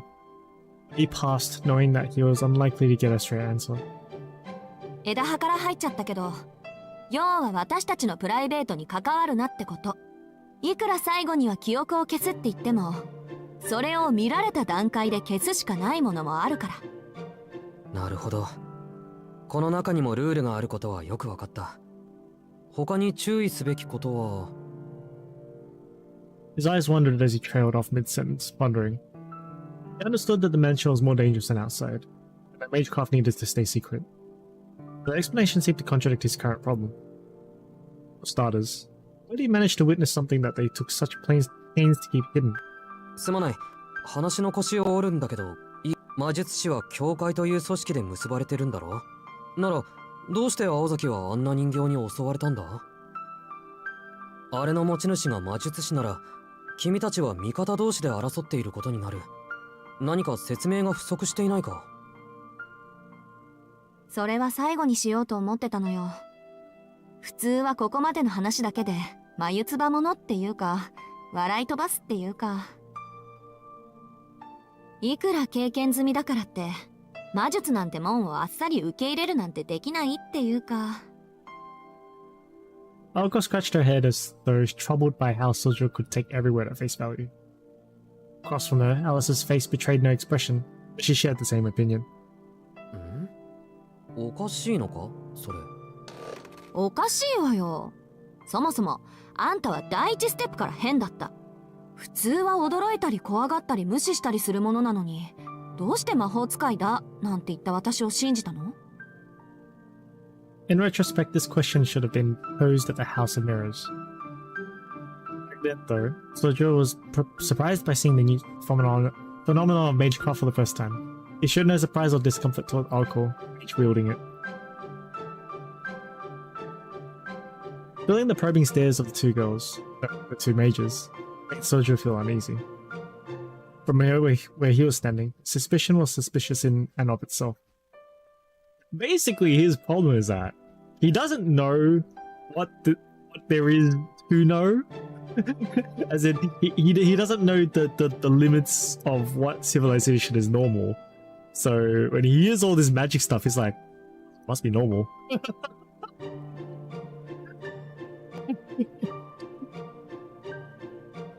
何でも何もない。青崎、山だよね。あるものはあるのが当たり前なんだよ。理由をつけられるだけの知識がなかったからにしても、実際に見たものを信じないなんてことはないんだ。それに君も言ったろ。あなたにとっては魔法もライターも同じものなんだろうって。Well, they weren't really though they weren't really the same to him anymore, he added quietly before shutting up. What he said about those innocent days in the mountains had come from the heart. And the words resonated with not only Aoko Awazaki, but also Alice Konji. Something everyone should have, principles to stand by. Indeed, to display. Those words were an unshakable truth. あるものはあるか。 He was impressed, if only slightly. If this boy, no matter how much of an outlier he was, could accept the things around him, he would be able to get through this just fine. そうね。宗十郎はそうなのよね。簡単に信じてもらえることが信じられないなんて、私たちの方がどうかしてたわ。Like when Naoko met Sojiro for the first time. In that classroom on his first day, Sojiro took everything that was happening in his stride. The memory brought a bitter smile to Aoko's face.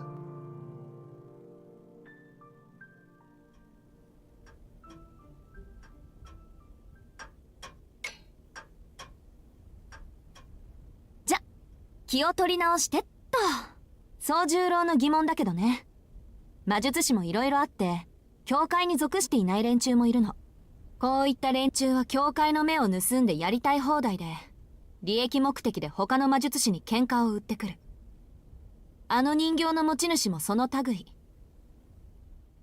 そんな連中にとって、私たちは都合のいい格好のカモなのよ。私たちは教会と協定関係にあるだけで門下ってわけじゃないから。私たちが殺されたところで教会は助けてくれないしね。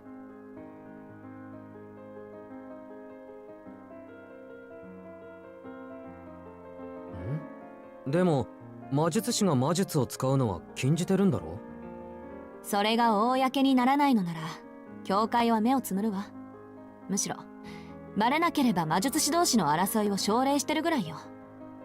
技術も使わないと錆びるってね。ま、私たちが襲われてるのはそれとは別の話で、単に土地を持ってるからなんだけど。土地ってこの家？まさか。この三崎市一帯の管理地の権利を持ってるのよ。私とアリスは。Right, that's how it works, yeah.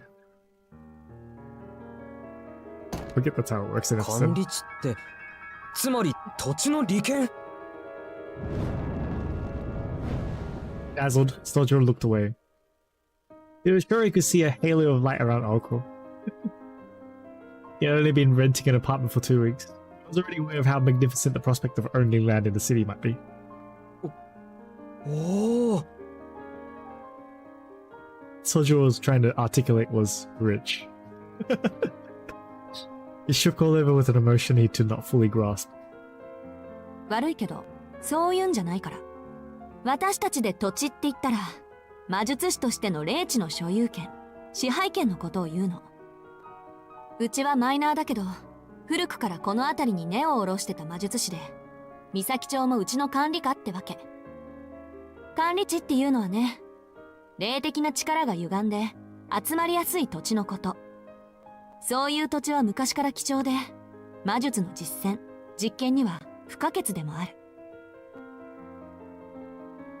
成功への絶対条件は、優れた霊地、堅固な工房、多くの弟子たちってね。魔術師たちにとって、土地付き館付きの住み家を持つのは、一つの野望なんだから。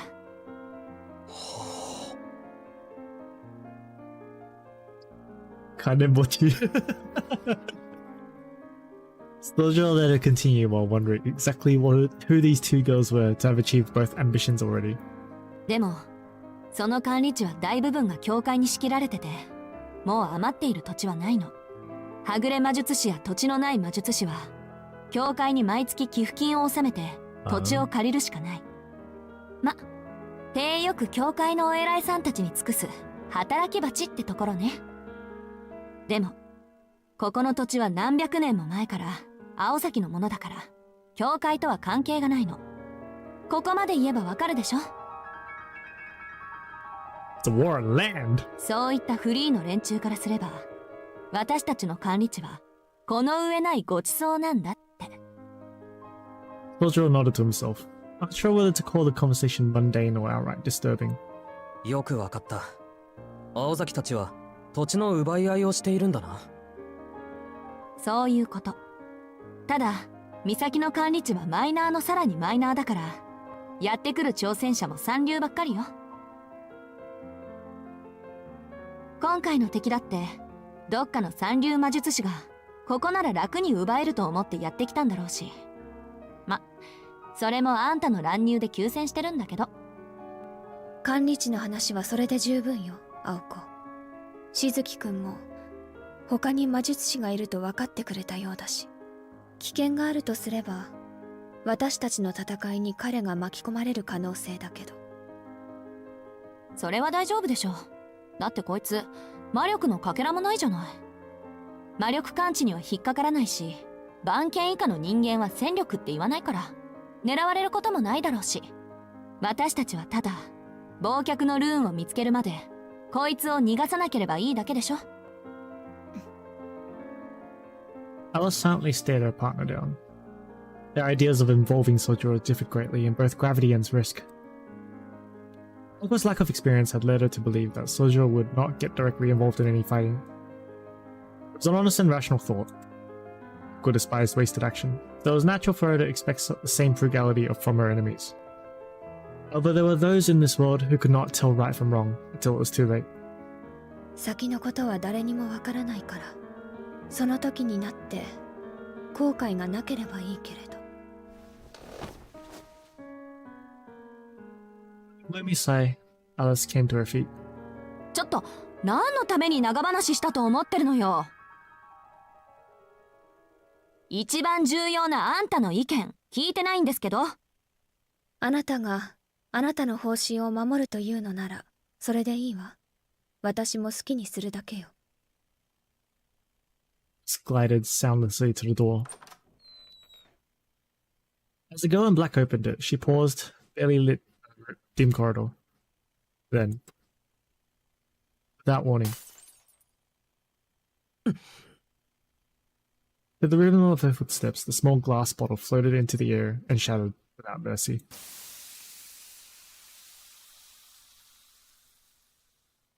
あの時、こうしておけばよかった。Sharp tone made Sojuro's face go pale. Alice's voice was so quiet, it was hard to tell if she was being serious or mocking him. 私も言い忘れていたけど。He icily eyed them before turning away. And her voice, even colder than her gaze, stated, まだ認めていないから。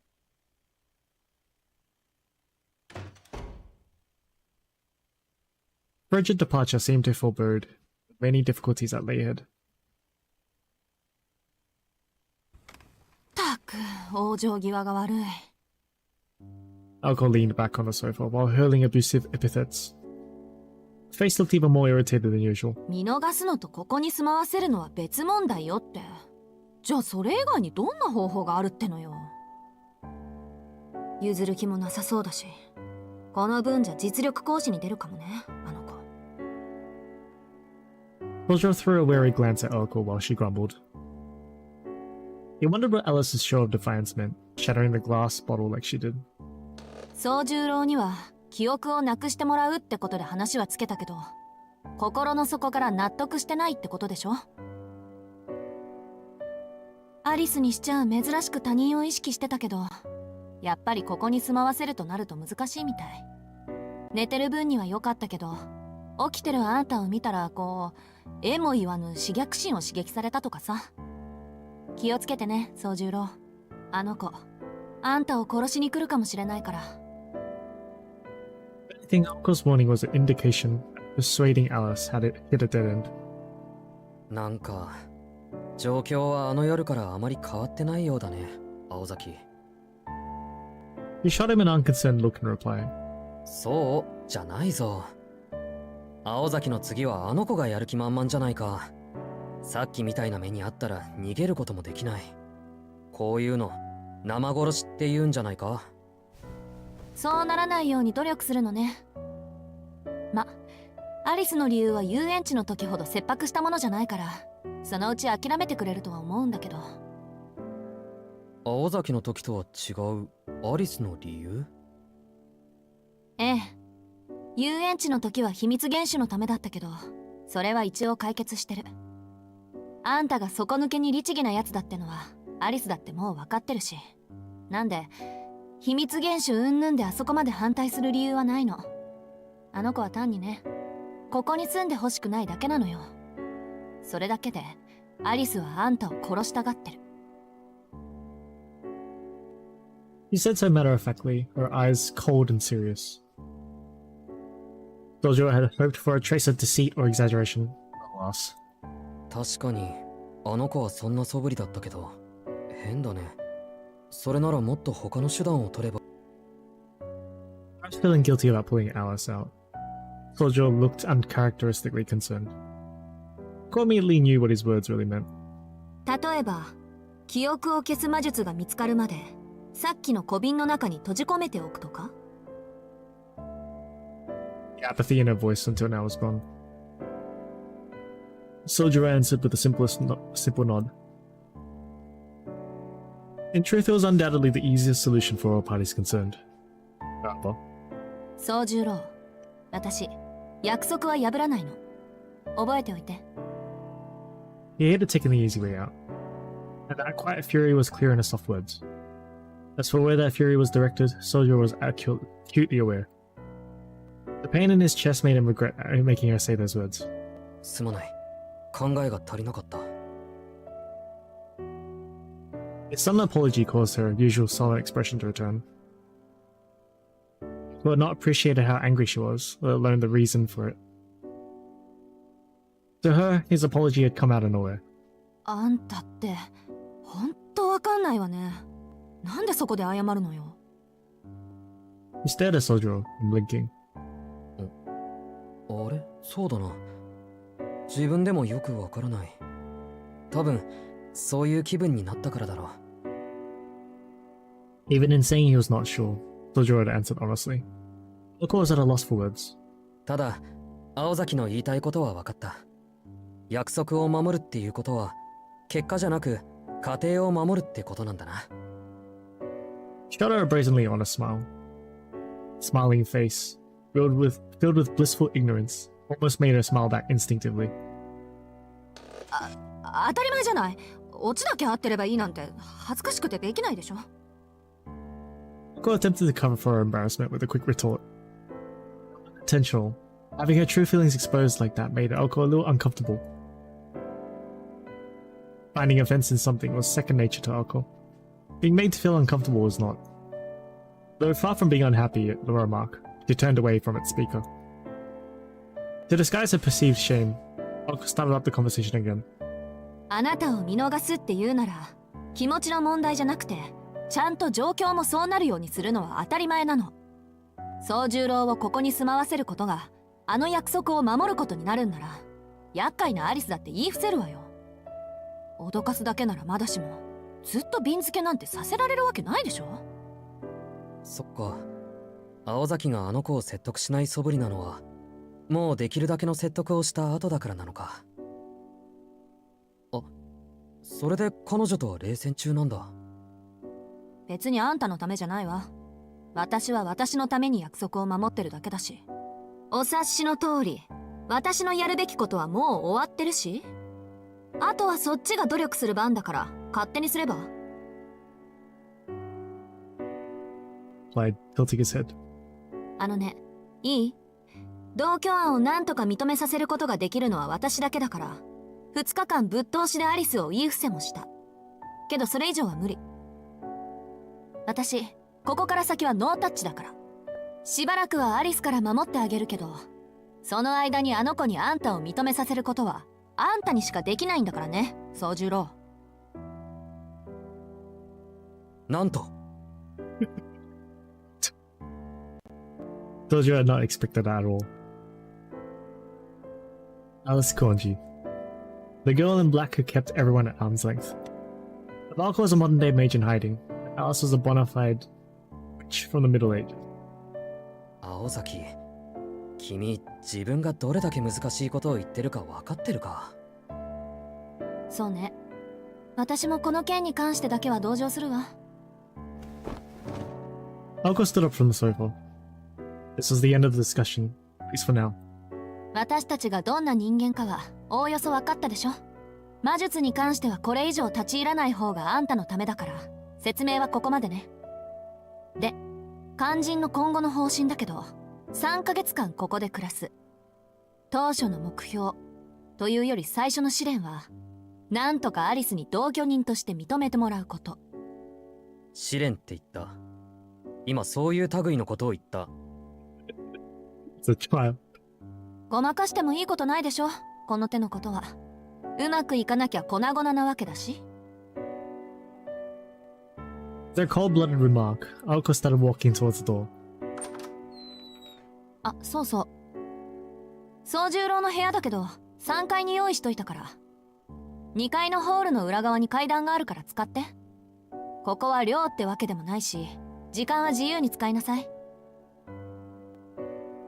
ただし、西館にだけは入らないようにね。東館は私が借りてるから比較的安全だけど、それでも歩き回らない方が無難だわ。ま、基本安全なのはあんたの部屋とここだけよ。中の説明ってまさかそれだけ？青崎はいろいろおかしい。魔術なんかよりもっと大事な説明があると思う。He desperately called out to her as she began to leave the drawing room. Alko could not help but pity Sojiro. せめてほら、案内とか。面倒なんでパス。おのぼりさんを案内するなんて2回もやれば十分よ。起きたばっかりだし、とりあえず今日は部屋で休んだら。朝になったら学校まで案内してあげるから。もっとも、私もそう暇じゃなし。そばについてあげられるのは、期末試験が終わるまでってことで。1週間以内にアリスと仲良くなるなり、弱みを握るなりしないと、まあ、あれよね。You know. Barely a wave of goodbye, the student council tyrant walked out. He unconsciously clenched the hand he had raised. Left all alone, he was at a complete loss. Then, as if to encourage him, the sound of lightly fluttering wings. Blue Robin appeared out of nowhere.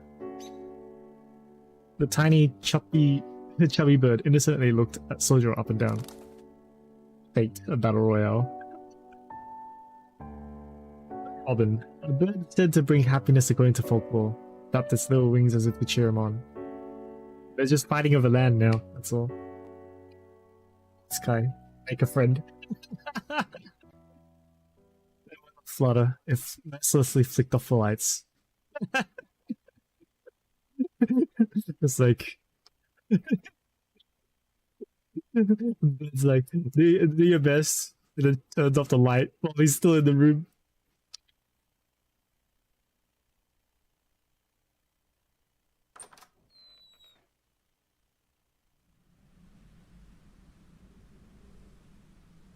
Leaving Sojiro alone in the drawing room, Luko returned to her bedroom. She closed the door to her room, and as soon as she sat down on her bed, she was overcome by an unexpected wave of exhaustion.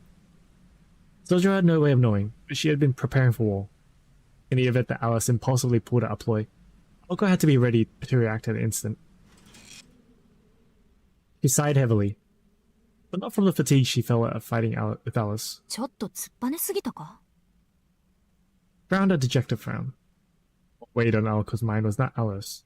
でも甘くするのはあいつのためにならないし、基本おとなしくしてもらった方がいいわけだし。It'd be trouble for if he wandered around like he owned the place after all. Safest thing for him would be if he holed up in his room, too scared out of his wits to leave it. ま、青崎は味方だなんて勘違いされても困るしね。アリス同様、人でなし扱いされた方が楽だわ。He nodded to himself, agreeing with her take of the situation. For the most part, it was a sound plan. If there were a problem, it would be this.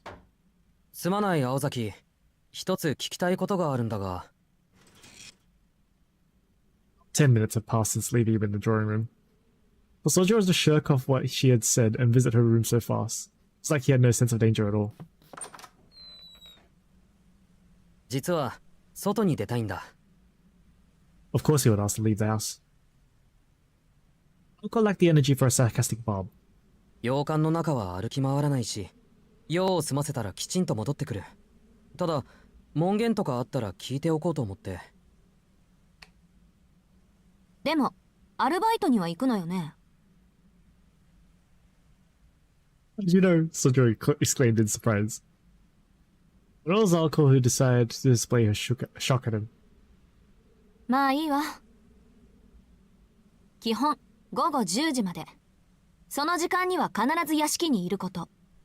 その後は夜勤に出かけるなり、庭でバーベキューするなり、何でも好きにしていい。それと玄関に鍵はかかってないから。気のせいじゃなければだけど、青崎、すごく怒ってないか？あんた相手に気を使った自分に呆れ果ててるだけよ。外に出るのはいいけど、その前にこの錠剤飲んで。ん？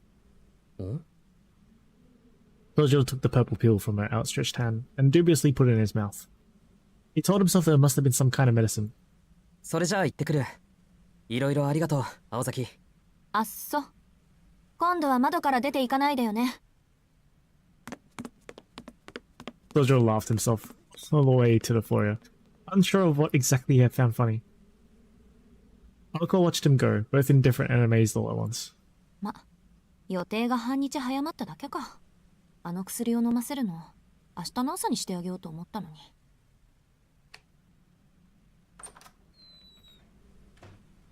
She huffed, ruffling her hair in exasperation and returning to her room. Discerning what had made Sojiro tick was a waste of her brain matter. In all likeliness, he was more concerned about missing 2 days of work than his own well-being after being bedridden for 2 days.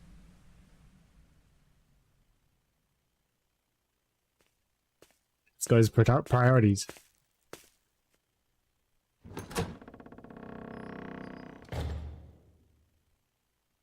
With the day's work behind him, Sojiro returned to the mansion. よし。どこを探しても、2階のホールから上がれる階段はここだけだ。It's just before midnight. This was the scene that awaited him beyond the rickety staircase.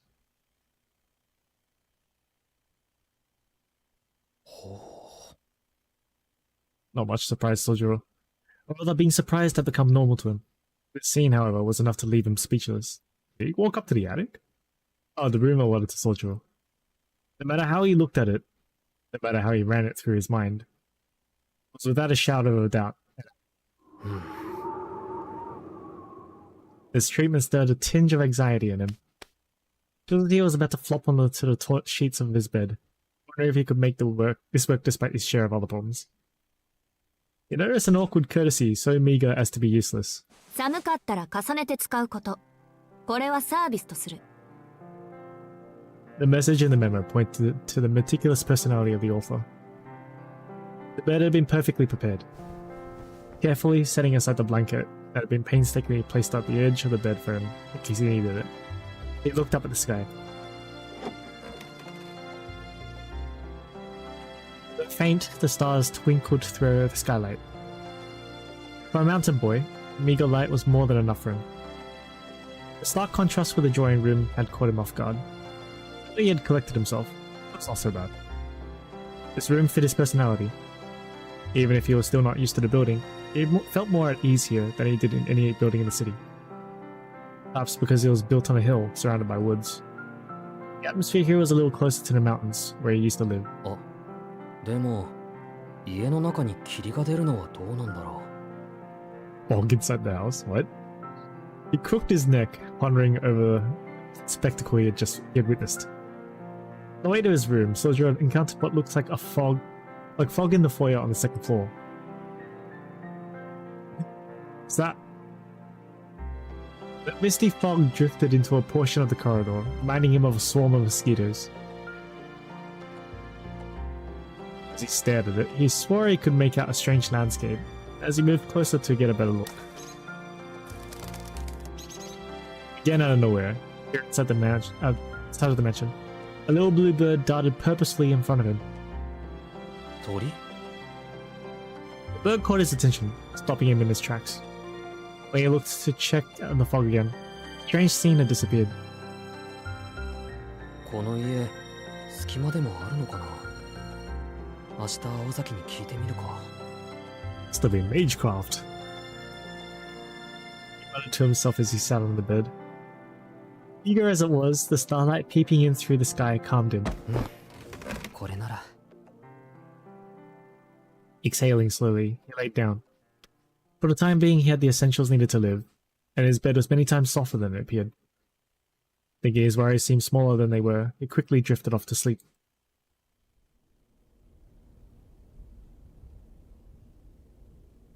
That was the story of from when he opened his eyes to when he fell asleep. Just like that, the short night following the long night was over. One thing was true. Stojiro was an optimist to a fault. It's at the end of the world.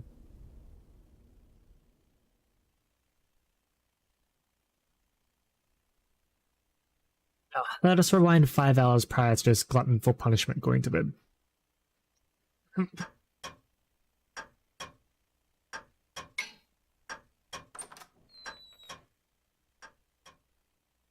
was 7 o'clock in the evening, just after the unproductive discussion between the two majors and the boy had ended. Leaving her roommate and the intruder in the drawing room, the girl walked alone through the foyer. From there, she headed to the west wing. These were Alice Konji's personal chambers, which even her roommate Aoko Aozaki seldom dared to step foot. What's up? How you doing? Yes, we are playing Mahoyo. Reading, I guess.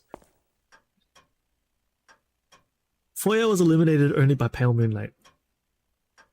Our footsteps echoed through the dreary, moonlit lobby. In such mansions in Japan, there was no custom for removing shoes in at the door.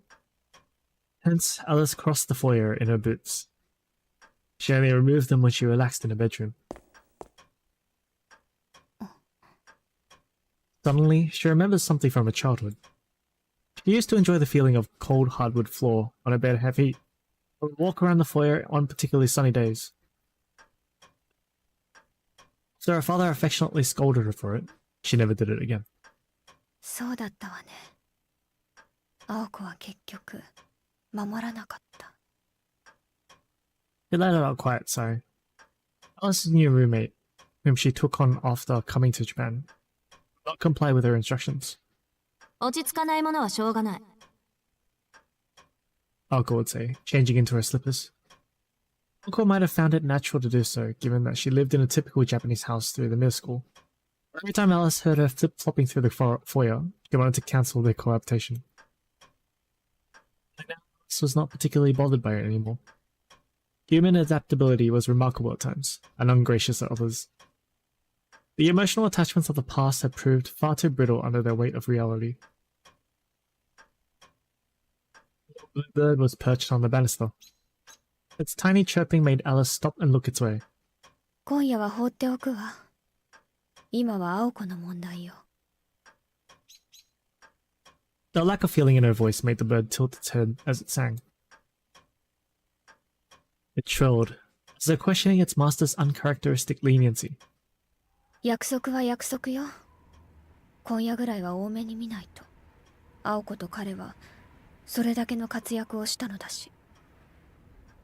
He said to the bird, a voice betraying her discontent. If you win, I'll let you go.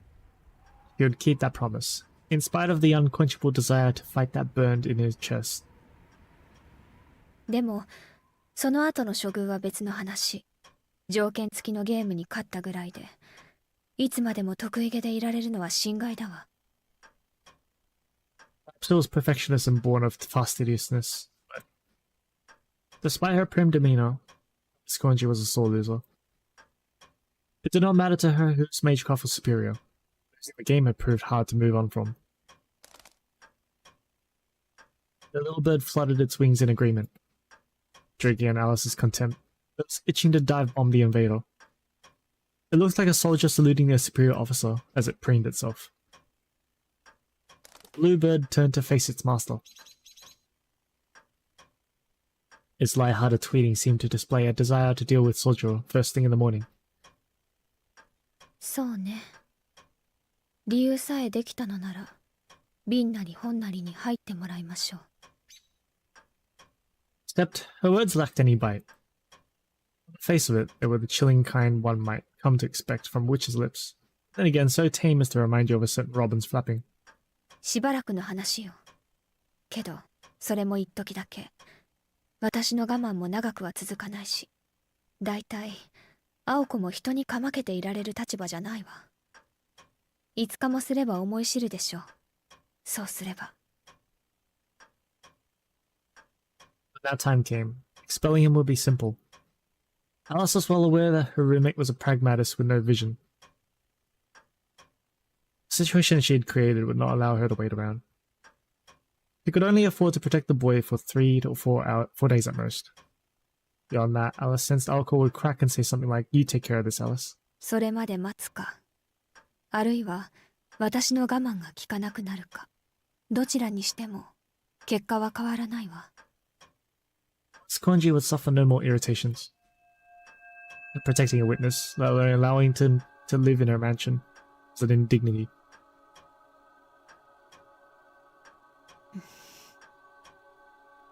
Alice looked up, fascinated by the dense fog that had crawled into the foyer. Below the fireplace was a single mirror, roughly 3 feet in diameter, decorated the wall where one might find a painting. Its surface was faintly clouded, and vaguely reflected the foyer's appearance. スナークをなくした影響でしょうね。鏡の機能、しばらくは制御できないみたい。The little bird joyfully chirped at its master's mumbling. The bird attempted to imply that there was no need for her to lift a finger, not if the nuisance would fall into the mirror for his own accord. Or perhaps, had the little bird not sang, sort of come to the same conclusion. For some reason, she recorded an earlier conversation. これでも一番無難だと思う。In response to her question, the boy inside the bottle shrugged his shoulders and answered. From his perspective, the city and the mansion were no different. It seemed that having just moved from the countryside, everything was something he had never seen before. 自慢できることじゃないが、まだ書き物さえ満足にできないし、都会のルールは複雑すぎて、何が正しいのかさえ区別がつかない。More than embarrassment, his voice was full of resentment. He was angry about something, though Alice could not tell what. だから、どこにいても危ないことに変わりはないんだ。極端な話、道を歩くだけでも、人と話すだけでも不安になる。俺は、どこでだろうとうまくやっていける保証はないんだよ。けど、ここにはそんな奴に気を使ってくれる人がいる。気遣ってくれる理由は物騒なものっぽいけど、それは本当に贅沢なことだと思うんだ。Her eyes welled up ever so slightly. Those soft words were something she could not brush off, because they made sense to her. Given that everything in the city was a danger to him, nothing had changed after coming to the mansion. In reality, he had no reason to fear this place in particular. If anything was different from the outside, I think that someone here was his ally. With that view, he had been entirely sincere. His explanation hadn't contained any flattery towards Alice Koanji, not pandering to Alko Ozaki. He was simply speaking from the heart. I like it here. 今、鏡に迷い込まれるのは迷惑ね。鏡の機能は侵入者の探索に専念させたいし、彼が迷い込みそうになったら止めてあげて。He was about to step into the mirror, that's what it was, okay. The bird shook its flat feathers at her strange instruction. Alice looked away from the mirror and continued her walk. The bird chirped in protest. あなたの仕事よ、ロビン。それぐらいの役には立って。Leaving the bird with that icy retort, he vanished into the west wing. That's why the bird stopped him from walking into the mist. What remained was the moonlight, and the little blue bird trembling at a perilous prospect of unprecedented change.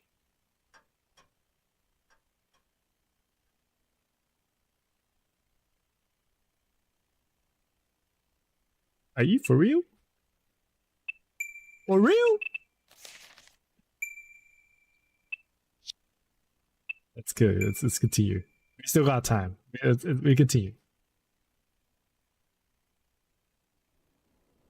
About 2 hours in. Still got time.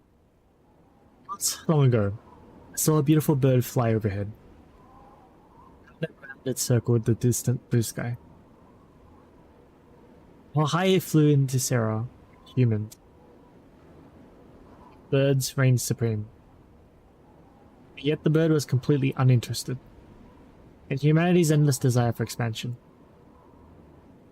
creation of even higher homes,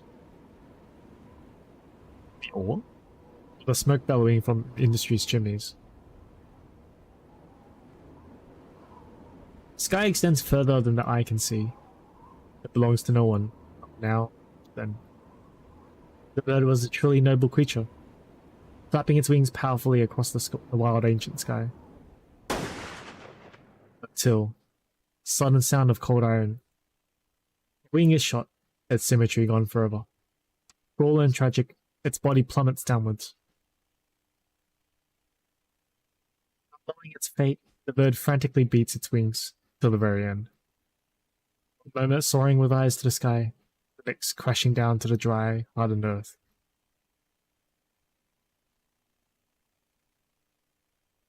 This was the dream I saw. No matter how much I thought about it, its details remained clouded. What did that bird look like, for instance?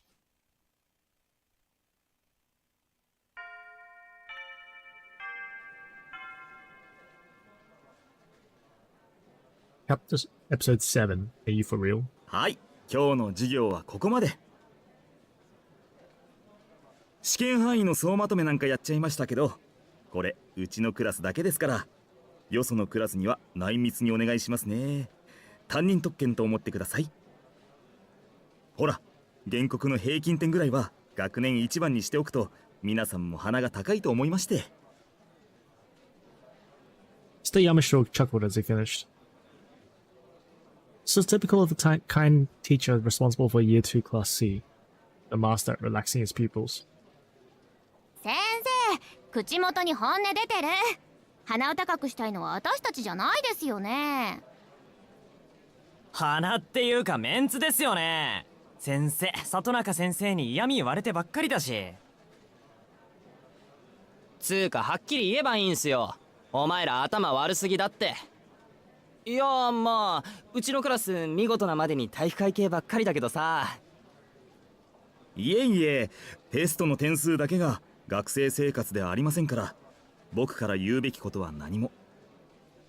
先生方もそこまで目くじら立ててるわけじゃないので、別にクラス全員が赤点でも僕の人生には何ら関わりはないんですけどね。しかし一方では一人厄介な御仁がおりまして、皆さんが選んだ全校生徒代表の方なんですが、これが恐ろしいのなんの。テストの点数が低いのは生徒ではなく教育する側が無能だからです。教育委員会への報告準備はいつでもできていますので、と日夜脅してくるんですよ。それでも生徒たちが治らないようなら、その時は直接私が監督しますとか、生徒としてどうなんですかね、あれ。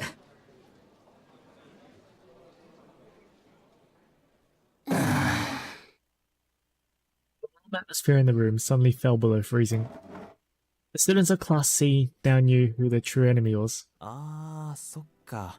山城先生生徒会の顧問だったっけ。さすがは応援団を立ち直らせた上傑。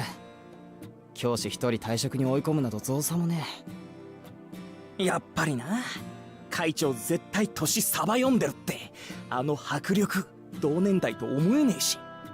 ほらうちの女子と比べると特にこうおっぱい的に。先生、木の実だけでも A 組に引き取ってもらえませんか？そりゃ男子はみんな猿ですけど、こいつだけレベルの違う猿ですよ、絶対。あれでも女子 A 組だけどあんまり成績良くねえよな。10の上ぐらいじゃなかったっけ。そうだけど別にいいんじゃない。塾も行ってないし、生徒会仕切ってたまにバイトまでしてるんだから。あれで学年トップだったら逆に気持ち悪すぎ。だよな。首位は副会長に任せとけばいいんだよ。まあまあ皆さん、噂話はそのあたりで。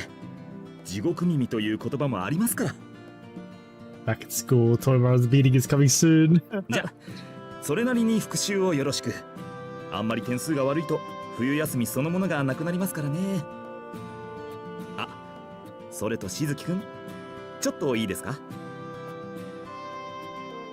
Mr. Yamashiro gathered his things and beckoned for Sojiro to join him in the hallway.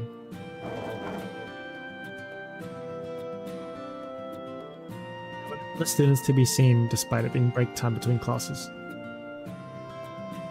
Voices were audible in the distance. The hall itself felt strangely quiet and calm.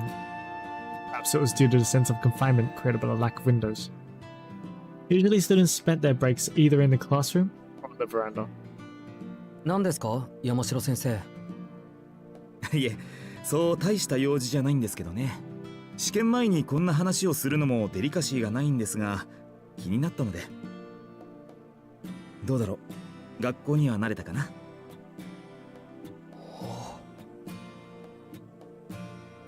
This level of concern from a teacher startled him. Sojiro felt reassured. It was only natural.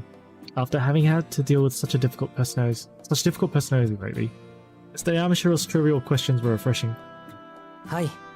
学校の作りや決まりなら自分なりに分かってきました。友達も増えましたし。そっか、それはよかった。うちのクラスは口の悪い面々だけど、その分気を使わなくていいからね。しずきくんと相性が良くて助かったよ。Sojiro's eyes shone brightly in appreciation. In Naoko's words, Mr. Yamashiro was a brutish, forgettable, downright detestable man who did not even deserve the title of a teacher. Sojiro found him considerate in his own way.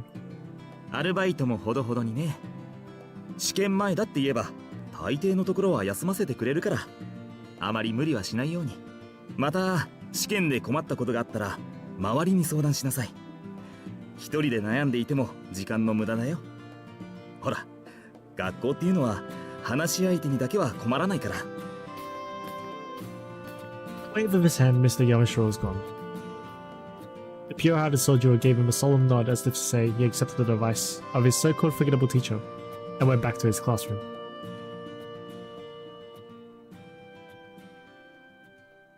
Then, 女のことで相談だ。 Sojiro had not wasted a moment in putting Mr. Yamashiro's advice into practice. そうらしい。難問にぶち当たっているんだ。深く考えてみて気づいたんだが、どうも自分は発想が貧困らしい。You know exactly what's going to happen. He's going to get all sorts of fucked up advice and misinterpret it. Sojiro averted his eyes out of shame over his lack of insight. いや、豊かだと思ってたことがびっくりなんだけど。まあいい、こっち来い。Shocked as he was, Kinomi grabbed Sojiro by the shoulder and pulled him over to the wall.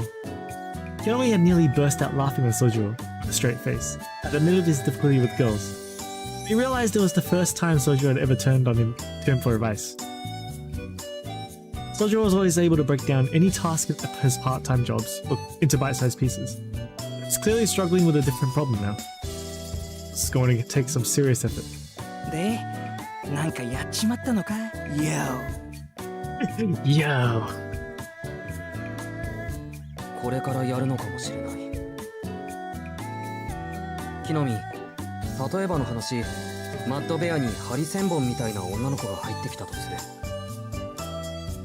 その子は俺が嫌いで、マッドベアから出て行ってほしいようなんだけど、俺はマッドベアを辞めるわけにはいかない。Sojiro explained that he couldn't just quit his part-time job at the restaurant he needed the money. Kinomi grunted a few times to indicate he was still following Sojiro's story. So I guess the Mad Bear is a place, a restaurant or something? つまりその女を追い出したいと。逆だ。なんとか認めてもらいたい。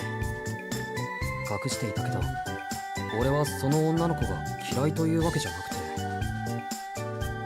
Sojiro furrowed his brow. Kinomi could not help but laugh at his friend's lack of manly resolve in his answer. Girls are the one area where Osuke's skills and experience were triple those of Sojiro.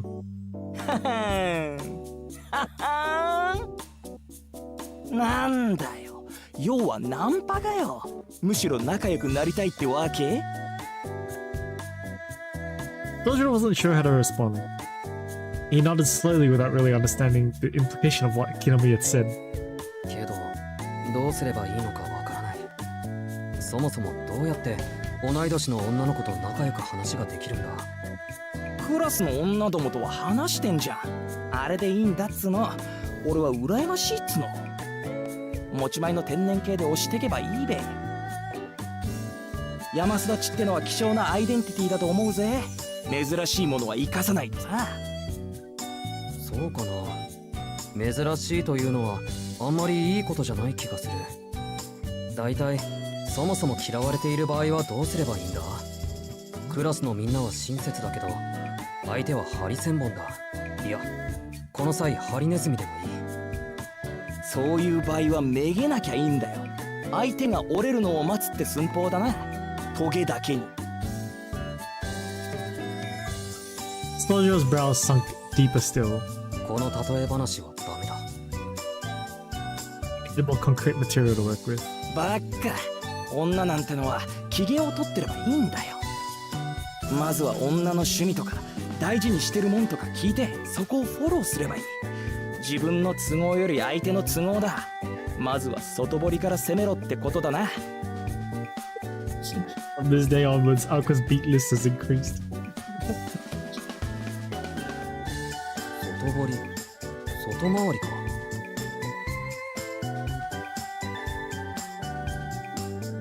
もち。その後はまあ結局はこれが一番効果的なんだけどな。袖の下ってやつ、プレゼントで釣れ。そん時の需要と供給さえ合えば嫌われてても受け取ってもらえる。受け取らせちまえばあとはそれが義理になるってもんだ。 Kinomi then proclaimed with an odd sense of pride that this approach had resulted in only failure for him. けど問題がある木の実。確かにご飯とかそういうのをおごってもらうと嬉しい。そんな金はないってんだろ。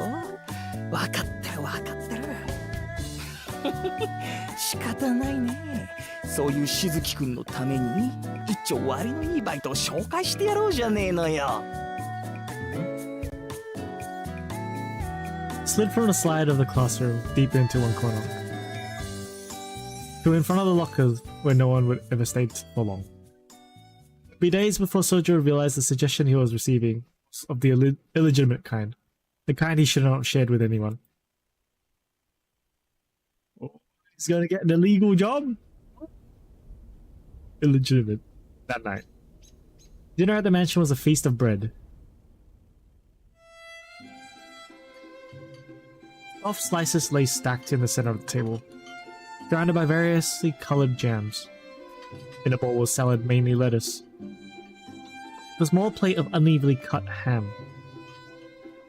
Sojiro may have had no frame of reference for what an average family dinner should be. But he could tell this was most certainly not normal. In truth, it was a first-rate case for laziness. チョコのペースト切れたままじゃん。アリス、新しいの買っておいてって言わなかった？今日は一日部屋にこもっていたから。第一、チョコレートを食べるのはあなただけよ。自分のものは自分で調達をするべきね。For those two girls, however, this dinner seemed to be completely normal. They had a system of regularly taking turns being in charge of meals. Tonight was Alice's turn. Normally she would spend a little time and effort as possible, only truly applying herself when there was something to celebrate. Of course, Sojiro was none the wiser to Alice's unique approach to food preparation. For him, it was a plain, lackluster meal. But when it came to dinner, saying anything to each other was another staple of their meals. The sounds of cutlery, scraping of chairs, tick-tock of the clock were the only things to be heard in the sunroom. Sojiro himself had already eaten. At this moment, he was watching the goings-on in the drawing room. 宗十郎、9時からアルバイトでしょ？行ってらっしゃい。私たちのことは気にしないでいいから。ああ、じゃあ行ってくる。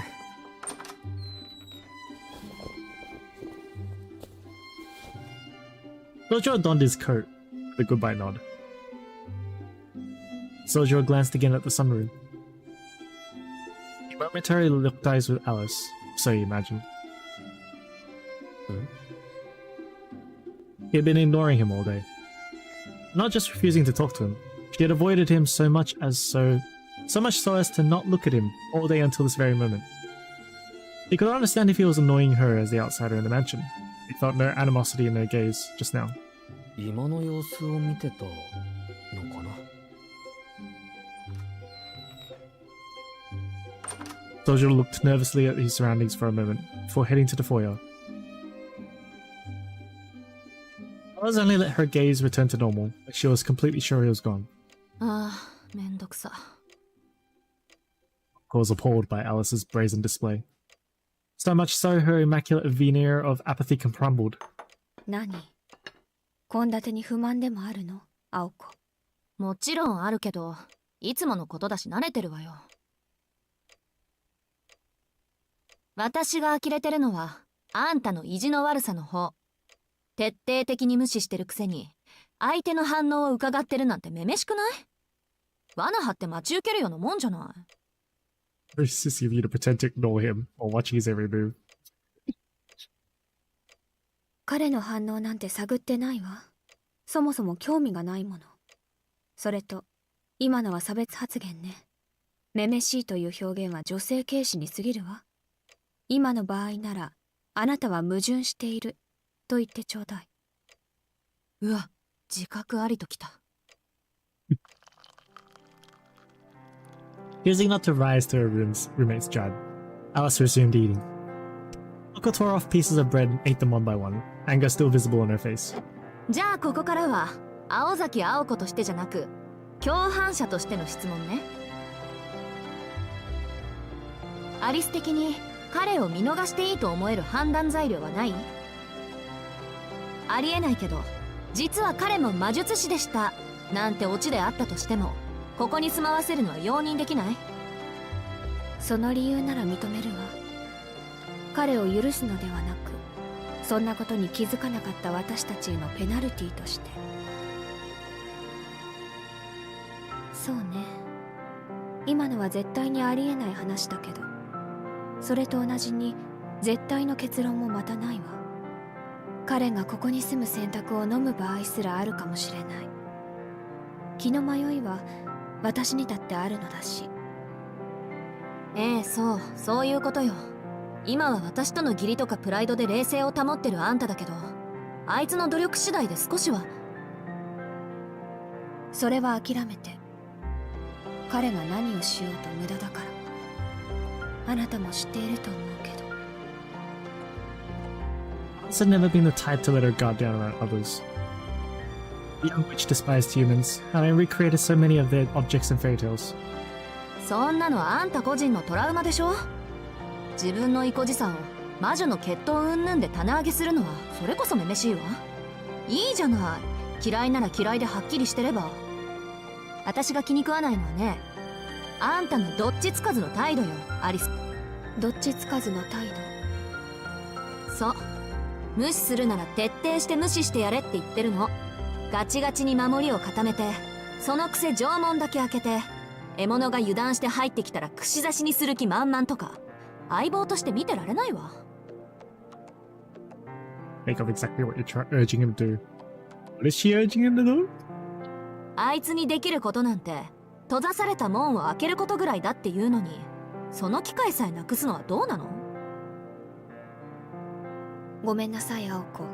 もう少し簡単に言って。その例えは、ちょっと。Seemed unable to grasp Alco's metaphor. Alco had it up to here with her roommate's lack of self-awareness and was starting to lose her cool. だから興味ないとか言っておきながら粉かけるなってこと。あんなにチラチラ盗み見たらあいつ変に勘違いしちゃうかもしれないでしょ。アリスはああ見えて本当は自分と仲直りしたがっているに違いない。じゃあ早速部屋に押しかけてみようとかそういうことになるの？ Is that a faint blush I see? なる。少なくとも私だったらいい加減イライラして話があるなら校舎裏まで来いって決着つけかねないレベル。この毒婦。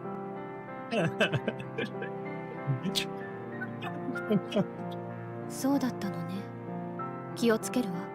別に彼と話をする気はないんだし、私も彼を見ていたというより彼の手足を見ていたのだし。手足ってなんで？手足は手足よ。彼個人には思うところはないけど、あの夜の出来事はまだ記憶に新しいから。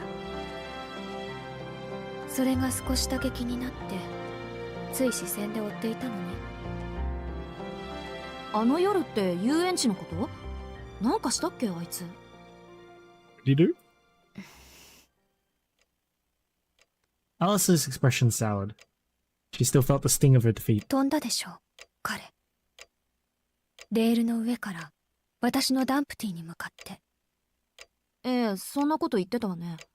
勢いでつい1メートルぐらいだから飛んじゃったとか。Alco had not actually seen it in person, luckily. All she knew was that the spell she had placed on Sojiro was part of the reason he survived that jump to death. Alice, on the other hand, had observed the whole scene from the clock tower. It only lasted an instant, but it had burned itself into her mind's eye. More than when her precious moon had fallen at Alco's hands. The flat snark had come tumbling down. でもそれがどうしたの？卵の敵討ちってわけ？ダンプティは壊れるのが仕事だから敵討ちも何もないわ。ただ人間の体ってあんな風に動くんだなって。As it goes.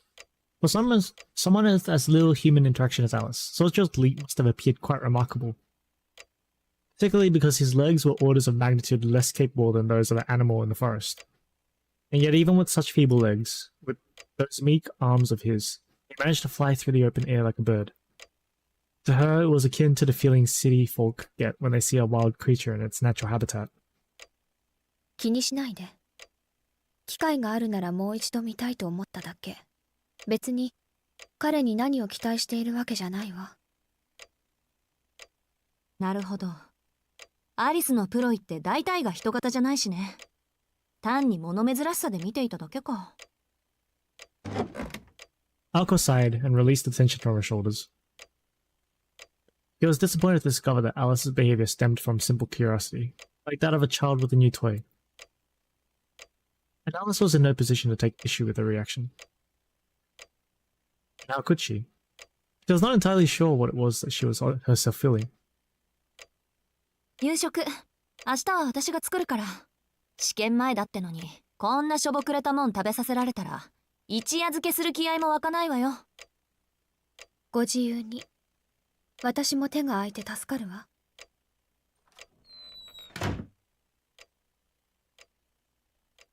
Night came and went in the mansion. For better or worse, the disturbances caused by the foreign invader had not yet caused the kettle to boil over. Survived the second day! Well, he's not back from his job yet. Okay, here we go. The next morning at 6:30, sunlight spread out across the sky. Sojiro walked to school with Alco in the chilly morning air. いい？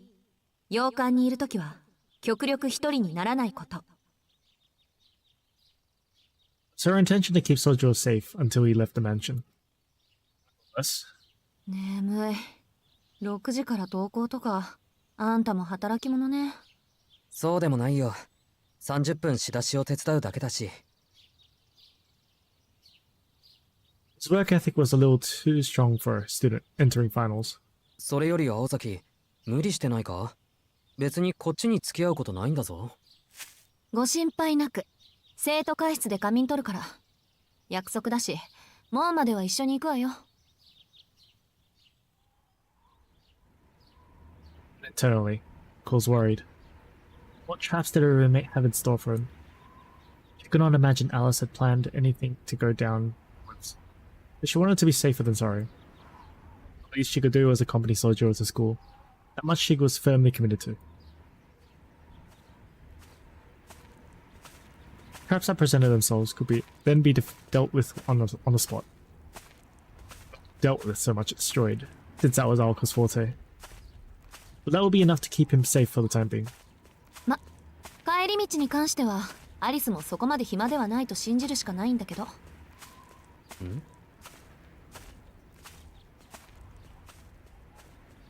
Alice was willing to put all her energy into a new trap after the first had failed. Then they were as good as dead anyway. Aoko would cross that road when she came to it. It depended on how deep Alice's dislike of Sojiro really went. Would have to be enough to make her abandon her pride as a witch, something she had protected fervently until now. If that were the case, Aoko knew she would never be able to keep him safe. The moment 24/7 protection became necessary was the moment she had failed. Character led her to focus on what she could do in the here now, ignoring the rest. And this current plan of hers was the best attempt at doing right by everyone.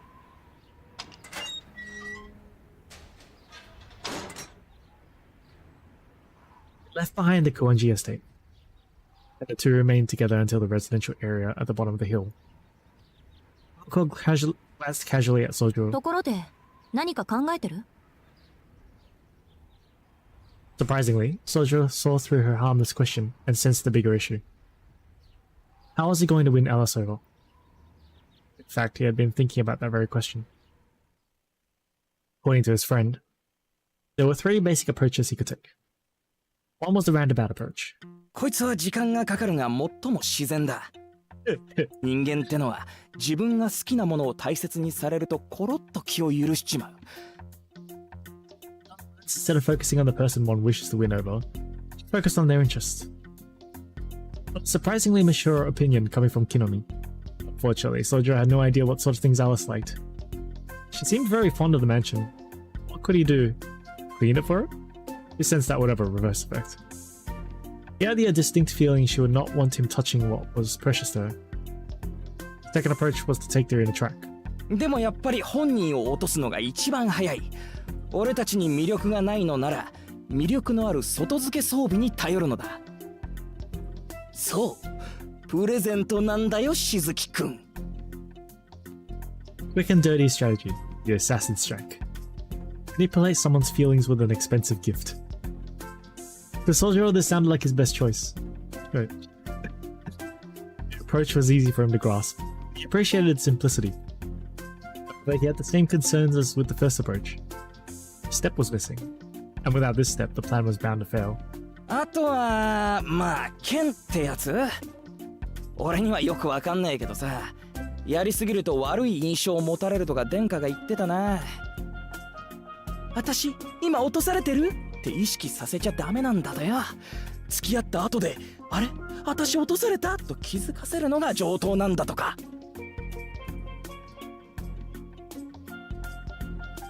Sojiro did not quite grasp the details. He understood the basic idea.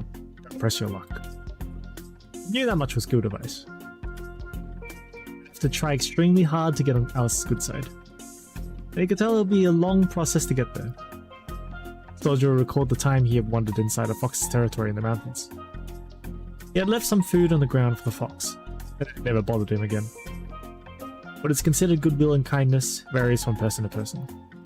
If there is enough goodwill from one side, regardless of whether that goodwill is reciprocated, the other side will eventually start to feel an obligation to do so. That was key. 大丈夫。考えてるよ。とりあえず自分にできることとかしたいことをしようと思う。安心してくれ。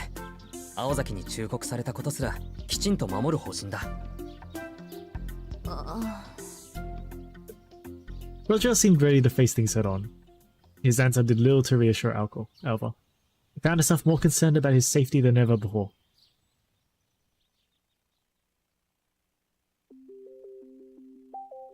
学校にあるようなほうきが欲しい。そうなんだ。できれば安く買えるところ。しずきの家アパートよね。ほうきなんてもの必要とは思えないけど。いや、ちょっと気になるところがあって掃除がしたいんだ。ゴミ袋もあると助かる。無駄な出費はできないって言ってたくせに。まあどうでもいいけど、うちのでよければ使う？貸してあげましょうか？多分1日じゃ終わらないから自分で買うよ。元から欲しかったものだし、あると便利だよ、ホキ。Tojo was on his way home from his part-time job after school. It was 4 in the afternoon, 2 hours earlier than his part-time job would have normally ended. The Bad Bear's head chef had gotten in trouble with the accountant for making student work the day before exams. Thus, Sojo's boss had tearfully sent him home early. And that is when it happened. The interruption to his standard schedule must have been just the shock he needed. Normally, meet up with Alco after she was done with student council affairs and go home with her. The expression. Today, Sojo was asking the other students who worked at the same place if they knew any shops in the area where he could buy a broom. 田舎者の趣味って理解不能ね。推強すぎ。うちの近くにまっついラーメン屋あるでしょ。あそこの通りを終わりまで行けば起きたって金物店がある。一式揃えるなら西口のホームセンターより安く上がるわ。どうでもいいけど、私のチャリ使う？どうせ試験明けまで使わないし。That's not easy with all these slice of life moments. I bet there's some real fucked up shit down the line. Oh!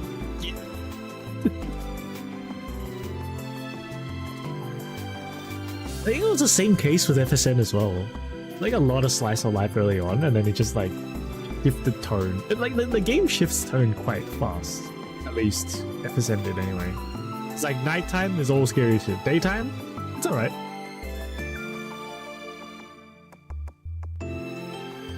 Tojo's eyes lit up as if he had met his savior.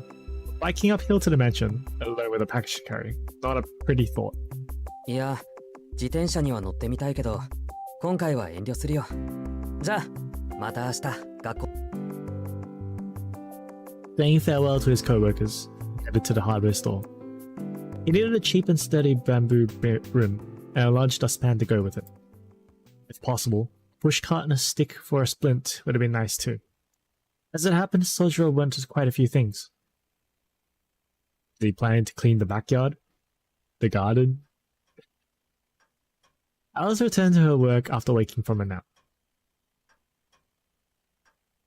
The Kuonji estate had an annex that housed a library. The library was filled with books handed down to her from her mother, so it was Alice's territory such that even Alco dared not enter. If the mansion was a witch's abode, left behind by the times, the library was a fairy tale quarters lost to the ages. It was a natural sanctuary for the young witch, who could command employees to do her bidding. She relied on her memory to recall the location of each book on the many shelves. And then she saw it. Upon raising her head, she was met with the most unusual sights. Elegant eyebrows bristled in distaste. From that moment on, she failed to accomplish anything she had planned for that day. She was instead forced to stare at this strange sight outside her window, eyebrows fixed in that position until the sun set.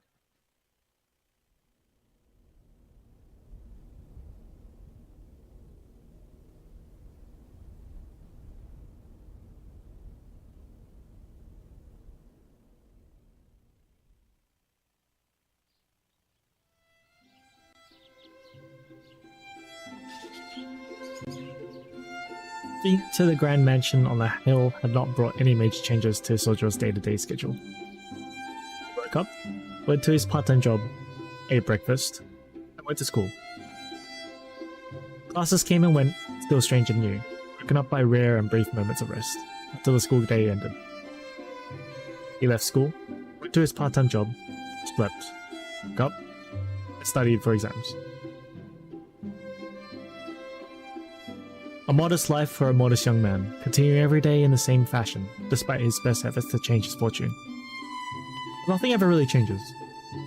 The alcohol was by his side in the mansion, as was frequently the case. Whether Alice was making him drink some potion she prepared before going to bed. former was an attempt by Alco to make him feel better. The latter was some attempt to keep him safe, even if he did not fully appreciate it. One day, a day like any other, Sojiro was pouring himself some tea as he worried over the lack of change in his life. ああ、そういえば。 His relationship with Alice was the same as ever, but there was one major change this morning. He was drinking black tea instead of green. There were all sorts of different types of tea to be found in the kitchen. A newcomer to the world of tea like Sojiro could not tell one of them from the next. Surely his tea-making skills were limited to tea bags, one of which he placed in his cup before returning to the dining table. Alice and Alco were already seated. The two were eating in silence. In this household, it was everyone for themselves when it came to breakfast. The diplomatic description of their breakfasts would be simple. A more accurate description would be 2 slices of stale bread prepared in seconds. Alco exchanged a word or two with Alice, took a sip of tea, and stood up from her seat. Since it was winter break for the high school at Alice, she returned to her room after eating as normally did. Alco headed to the right front door, shoes in hand, ready for school. After quickly clearing the table, Sojiro rushed out the door after Alco. Together they walked down the long hill in the direction of school. It spent 3 days following this very simple routine. ところで、あれから動きはあった？ School had ended and evening had arrived. Buttered bread roll in one hand, Alice replied with a simple, silent shake of her head. そう。ならあっちも次の手を考えているんでしょうね。魔術師本体の居場所は見当ついてる？ Her response was exactly the same. Without showing the slightest sign of dejection, she continued to chew his roll and took a stab at her salad. そう。私も試験が終わったら手伝うから、それまで悪いけど一人でやってて。今日からあのバカを一夜漬けにしなくちゃいけないんで余裕ないの。Alice's face grew dour, as if she had something to get off her chest. ん？問題ないでしょ？アリスはもう休みに入ってるんだから、一日全部使えるじゃない。Alice was indeed on vacation, and could spend all day every day on her work as a mage. Yet she had spent the past few days holed up in the library instead. She was hardly devoting herself to dealing with the challenger, as Alco put it. アリス？聞いてる？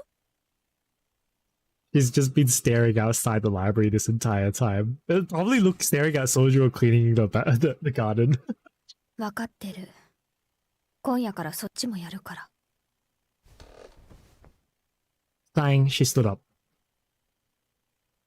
What was bothering Alice, and what was it that she wanted to say? What had she been doing only 2 hours earlier? The young witch took her leave from the breakfast table without offering a single clue.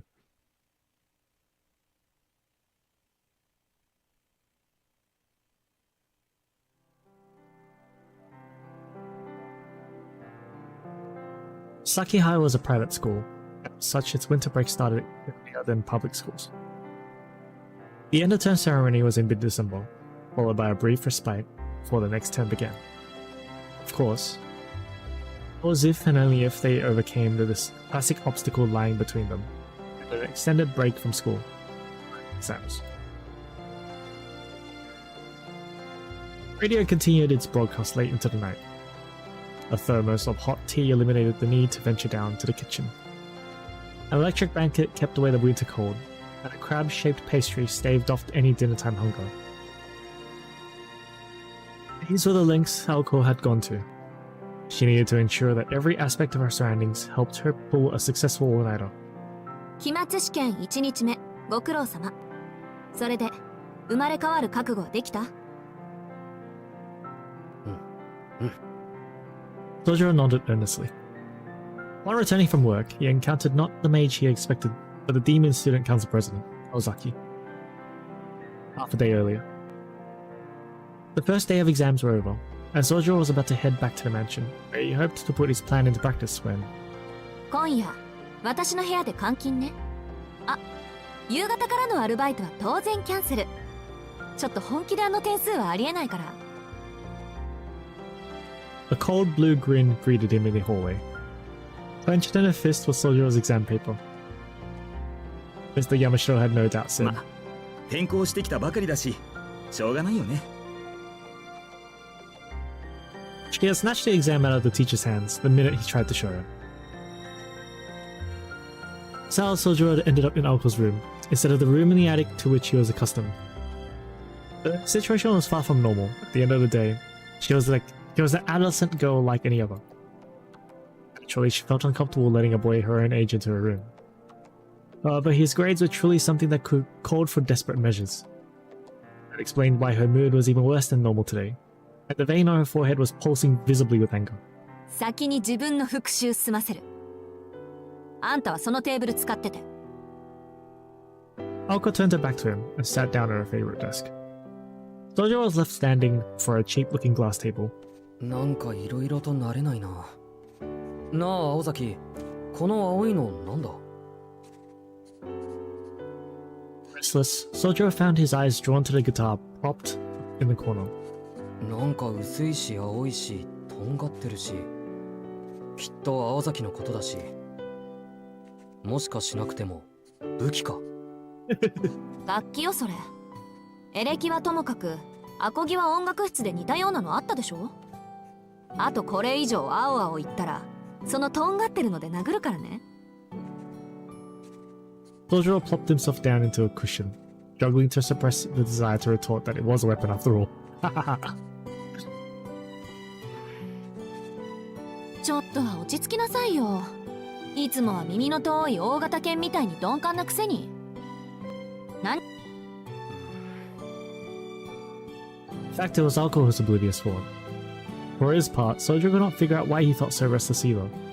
Suffice it to say, they were both pretty clueless in this moment. もしかして内装？この部屋の家具のグレードが今とは違うから不思議がってるのね。ここベッド以外は私の家から持ち込んだものなの。引っ越してから2年経つけどまだ屋敷には馴染んでないでしょ。She misunderstood the real reason for Sojiro's nervousness. Aoko seemed satisfied that she had resolved Sojiro's anxiety for the time being, and returned to her studies. She flipped through her notes and textbooks, as if fast-forwarding a tape. There was no opening for an outsider like him to intrude in her high-speed study session. Repelled by her intensity, he retreated to his table. It was at least sensitive enough to pick up on her desire to be left alone. Such an unreasonable woman. Sigh. What do you mean unreasonable? It's... Okay.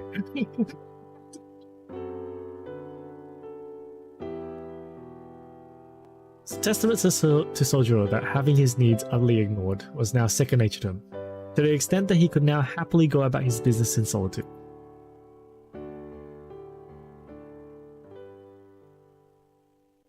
Two hours passed.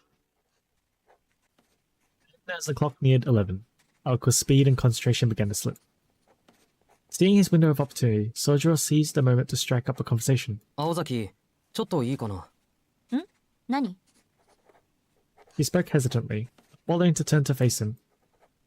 She continued to flip the pages of her textbook, albeit at a slower speed than before. この3日間、青崎たちの夕食事情を見てきたけど、君たちの食事はいつもああなのか？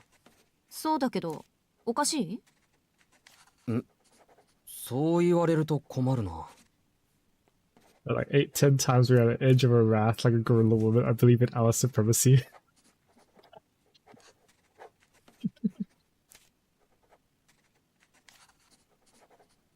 ただ学校じゃみんな楽しそうだった。誰かと食事をとるってことはああいう風になることだって思ってた。だから He's got some... もしかすると She's just got some principles that you need to, you know, keep in mind.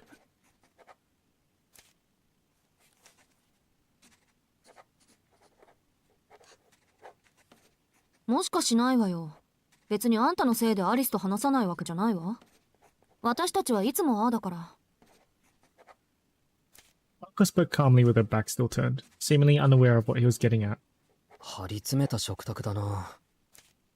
青崎とアリスは仲がいいと思ってたのに。He neither confirmed nor denied his statement. She was, however, surprised by the disappointed tone in which he had made it. 張り詰めた食卓っていうのは合ってるわね。He misspelled Hanazawakana.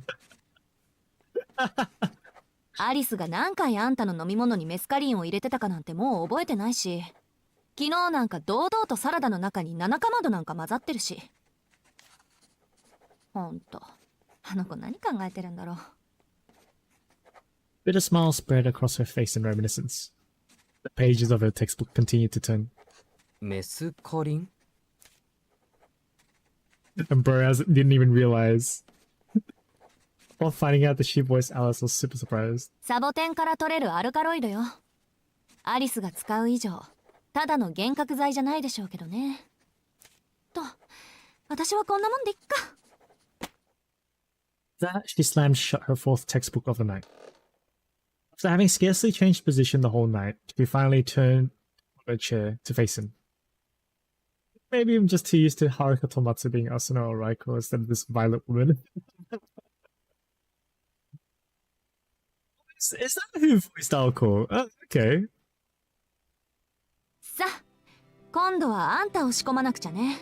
I don't recognize it. 今日の4科目の答案、実に宗十郎らしい出来栄えでそっとしそうになったわ。だって。Tone was light, but her gaze was heavy as she stared at Sojiro seated cross-legged on the floor. 原告、地理、数学、電子工学。あの調子であと2日続けたら冬休みが消えるのは当然でしょうね。そうなると困るのは私なのよ、実際。You get S1 wetbag Subaru for Sojiro.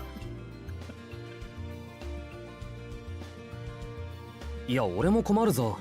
休みなのに学校に行くのはなんか気が乗らない。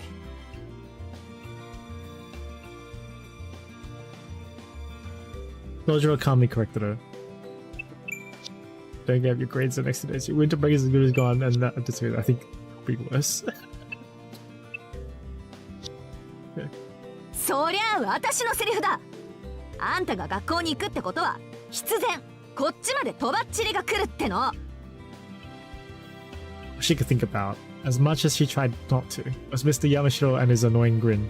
それ以前に私の目が黒いうちはオール赤なんてやつは許さない。I live in the mountains. How do you expect me to learn school subjects in a blink of an eye? 本来なら少年から叩き直すところだけど、ま、あんたはいろいろ事情があるから、とりあえず点数だけで勘弁してあげる。Just give him a little leeway. 私もテストは一夜漬けで片付ける方だから、あんた一人仕込むのにそう時間はかからないだろうし。Rogero's expressions openly soured in response to her declaration. It was obvious he did not think he needed her meddling in his studies. あんたね、苦労するのは私とあなた、どっちだと思う？ Sojiro got the feeling that it would be him. Not as slowly, nonetheless. I think it was even the transfer. Same! I have no idea, but... What? He doesn't know how to count to 10. I can only count to 4. Then again, it would probably take more effort on his part than on his. On her part than on his. And in any case, he knew that there was no way to talk her out of it. この度はご迷惑をおかけします。Being away from civilization and being expected to do civilization things grants one more than just a one-time leeways.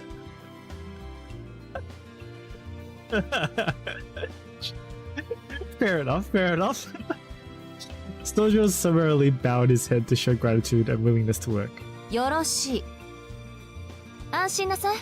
私だって鬼じゃないから。別に平均点狙うってわけでもなし。予定通りこなしていけば3時には眠れるわよ。All-nighter, and you say sleep before 3? Huh? Weak. Sleep at 5! She nodded with satisfaction, pleased by his studious attitude. He had plenty of obstacles ahead of him, but that sense of humility might be enough to see them through. って何仏心出してるんだ私。いいしずきくん、この後頼られちゃたまんないから釘刺しておくけど、私がマンツーマンで誰かを仕込むなんてことめったにないから、これはあくまで異例中の異例だって覚えておいてね。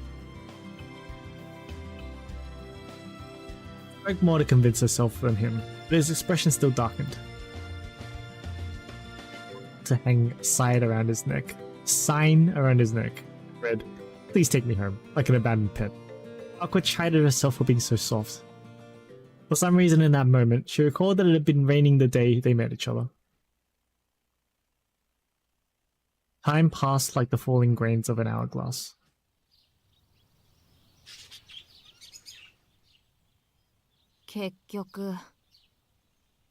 They stayed up all night. Literally. Okay. Alka squinted as light poured through the window, as she downed another cup of tea. She had lost count of exactly how many she had drank long ago. 一晩かかったね、青崎。It only took the whole night, eh?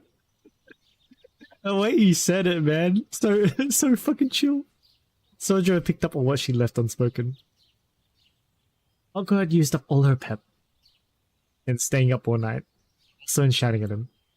He looked pale and uncomfortable, just as he had all night long. 甘く見てたわ、あんたのこと。Imagine it took all night for the first question.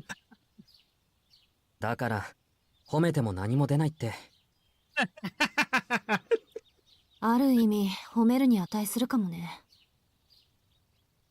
She was at the end of her rope. She could not help but the bit of pride that swelled up in her. His lack of even the most basic comprehension was shocking, even taking into account his upbringing in the wilderness. His ability was that of a middle school student, and that was being generous. Preparing him for exams by teaching him new concepts and ideas was a waste of time. Memorization was his only hope for passing. Everything he memorized would collapse like a house of cards afterwards for all she cared, so long as he remembered for exams. Assuming he had the capacity to be a good student in the first place, had been no mistake. Took all night to cover the content for just 4 exams, and she still did not feel confident he could apply what he so earnestly tried to memorize. でもね、真面目なのはいいことだけど、あんた暗記するのに時間かかりすぎ。そこは多めに見てほしい。今まで頭より体で覚えることのが多かったんだ。Cole let out an exasperated sigh. Naturally, physical prowess mattered more in mountain life than an intellectual grind. Still, まあいいわ。これで山城からあんたの成績について相談されることもないでしょうし。紅茶、もう一杯入れてくれる？ Lojo stood up and obeyed as Alko stretched her aching back. He had apparently brought the tea bags in bulk, so there was still plenty to use. まったく、無駄遣いだな、青崎。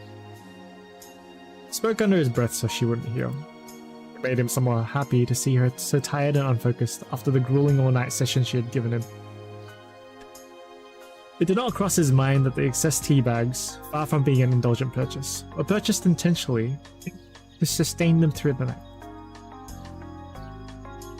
This expression came across Alka's face as she watched him, naive and peaceful as could be. 悪くないけど、せめてリーフティーで入れられるように仕込まなくちゃダメかな。Seeming to have overheard her not so in a monologue, Sojo made to face her. やっぱり味は違うのか？違う、もう全然。正直私はどうでもいいんだけど、アリスはね、かなりお茶にはうるさいよ。そうだ、宗十郎、アリスとうまくいってる？ Alko cheerfully slumped over the table, covered with textbooks and scribbled notes. Sojo watched her with a hint of resentment in his eyes. 彼女と会えるのは食事の時だけで、食事と言ったらあれだろ？どうやって仲良くなれって言うんだ？そう？私は十分脈ありだと思ったけど。そっちはアリスを怖がってないし、アリスはそっちを追い出す理由を見つけようと躍起になってるし、いい条件よ、これって。全然わからないな。あの子とこっちの関係は遊園地前の青崎と俺の関係と同じじゃないか。一体どこがいい条件なんだ？とりあえず反目し合ってはいないでしょ。一方通行の関係だけど、それはそれ。アリスにしちゃ上出来っていうか、理由を探している時点で可能性ありってね。あの子は反感に応えることが癖になっちゃってるから、大抵相手を自滅させちゃうのよ。I wonder how he would understand literature class where you're Japanese. Just straight memorization. I don't think he understands shit. That's literally what they said, right? Ominous words only confuse Sojo further. 知ってしまえば単純な話なんだけどね、あの子の場合。I'm actually terrible at learning straight memorization, by the way. Like for me, my best way of learning is for me to understand shit. ただ、 Whether or not he could put it into practice was another story altogether.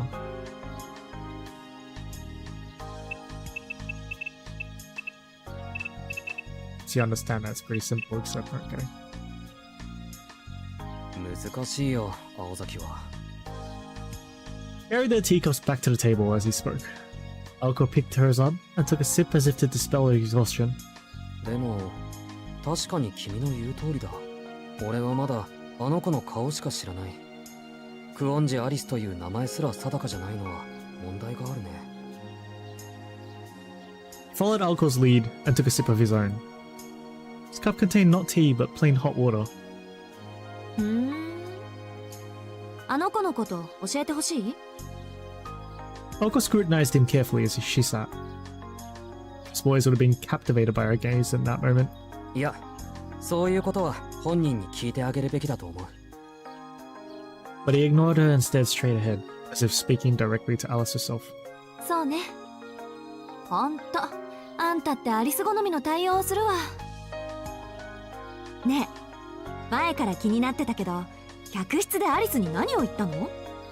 いくら私との約束とはいえ、あの子が部外者を半日も放置するなんてありえないのよ。Thought back to that moment.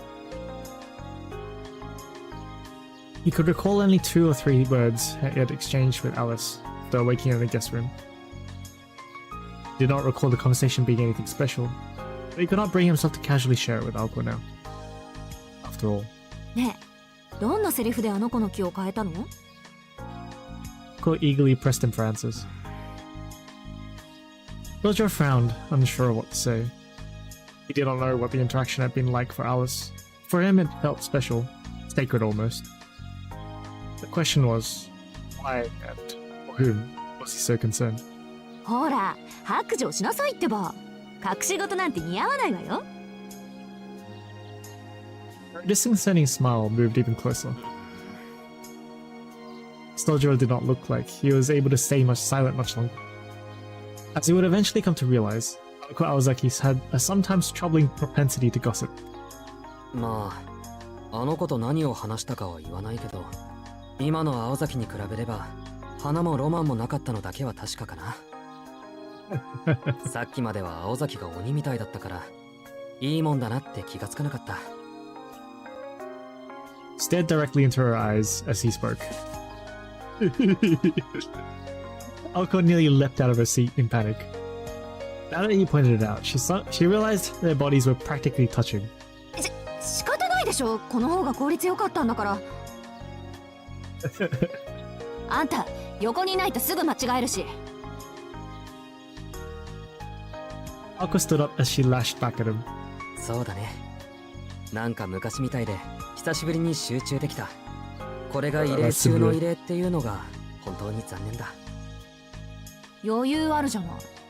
その分じゃ今日のテストだけじゃなく、アリスとの話し合いもうまくいきそうね、宗十郎。ああ、それはもちろん。His cool response caught her off guard, and for a moment she was at a loss for words. She meant it sarcastically, and yet he responded with a warm smile. 方針変更だ。まずは近くで話しかけてみるよ。嫌なことはいずれ終わるって分かったから。Alko remained in a state of silent shock as he spoke and rose to his feet. She She could not help but feel a reluctant respect for what seemed to be his newfound confidence and competence. とりあえず今日は一人で帰ってアリスと話してみる。青崎は放課後生徒会だろ？ That's right. It was the last meeting before winter break. Normally he would have waited until the meeting ended. Just gone straight to his part-time job. This was part of Alco's plan to make sure he and Alice were never alone in the mansion together. 待った。まさかあんた一人でアリスとやり合うつもりなの？別にやり合うつもりはないぞ。し合っても勝てないだろう、アリスには。His reply made complete sense, which floored her. でも青崎がいたら話が複雑になるのは目に見えてるんだ。そんなわけで今日はゆっくり飛び丸の相手でもしててくれ。 See you later, Ipan. Thanks for joining. Take your time with Tobimaru today. Oh, he's in for it. 本気？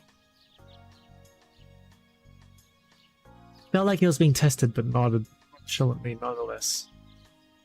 How grave the situation really was. Alco was not sure how to respond to his apparent lack of concern.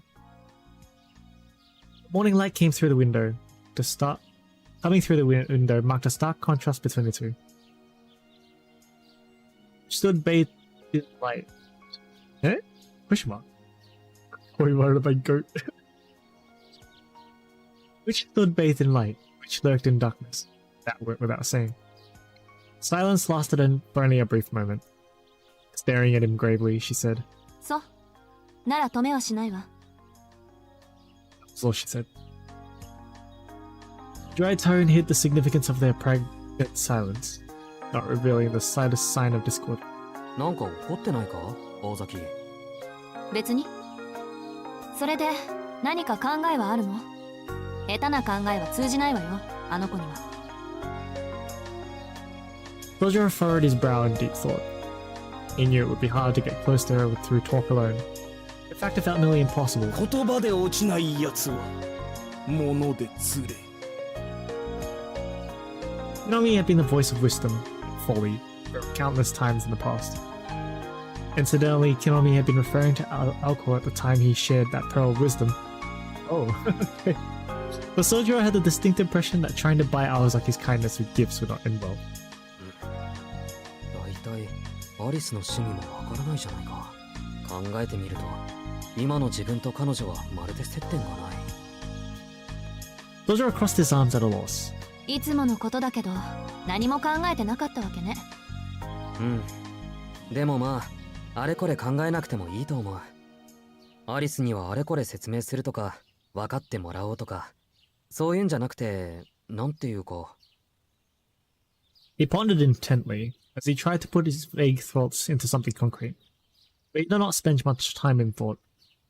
With a nod, he concluded. 要は俺が彼女を好きかどうかってことじゃないか。 Articulated that which is often hard to say, with surprising clarity and calm. It was certainly a prerequisite for the task he hoped to achieve. He had no hope of making her appreciate him with words, but with acts of giving the expectation of reciprocation. He simply wished to get to know her better because he liked her. That was his honest, uncontrived intention, and it reflected the purity of his heart. Whether that was in his best interest or not was another story altogether. Calculation, compromise, selfishness, and conflict. Purity such as his often irritated people who believe that morals went against human nature. Or rather, people who are inevitably forced to believe it. Ko silently walked away without responding to what Sojiro said. The long hair swung from side to side as she passed him. 青崎？ In a strangely cold manner, he called out to her. But she was already opening the door to leave. 下でシャワー浴びてくるから、あなたは自分の部屋に戻ってて。Words lacked any expressive inflection. In its confusion, all Sojiro could do was nod. いいけどやっぱり怒ってないか、青崎。 She returned to her face as he spoke. Yet it was not the typical irritated look to which he had grown so accustomed. そうね。あんた流に言えば、多分私は怒ってる。何に対してのものかは、あんまり言いたくないけど。Or Sojiro did not even realize that he himself was the reason.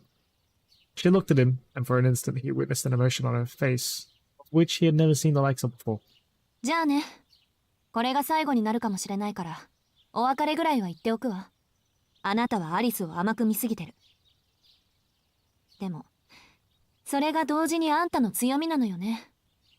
私たちには毒にしかならないけれど。The door slammed loudly shut behind her. Her steps were audible as she walked away on the other side of the wall. The corridor must have been nearly freezing without any central heating. Alco seemed perfectly comfortable. なんで私から出ていくんだ。順番が逆。普通先に出てくのはそっちじゃない。Alco promptly kicked Soldier out of her room. Once again, the wooden door closed with a slam. The corridor was not as cold as he expected. Quite as bad as a freezer, at least.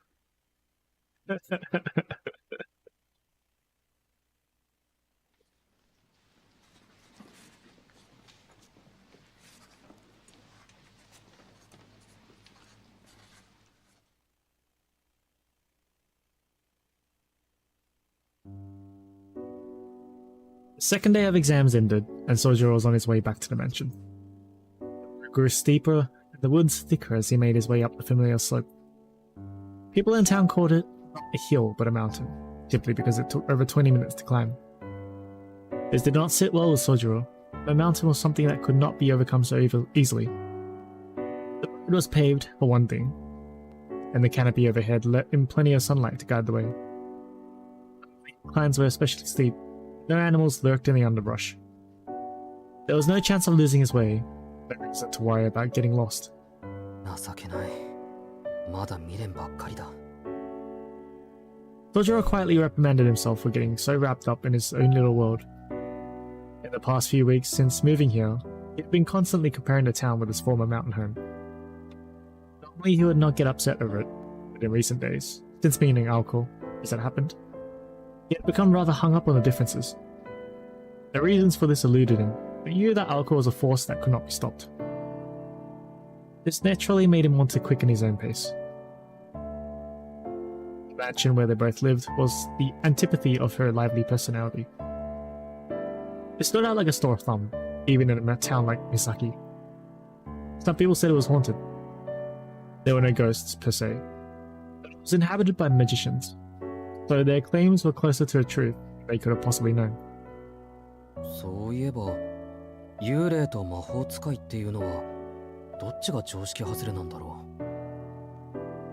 Lost in contemplation as he was, Boy failed to notice how his own lack of familiarity with city life played into the equation.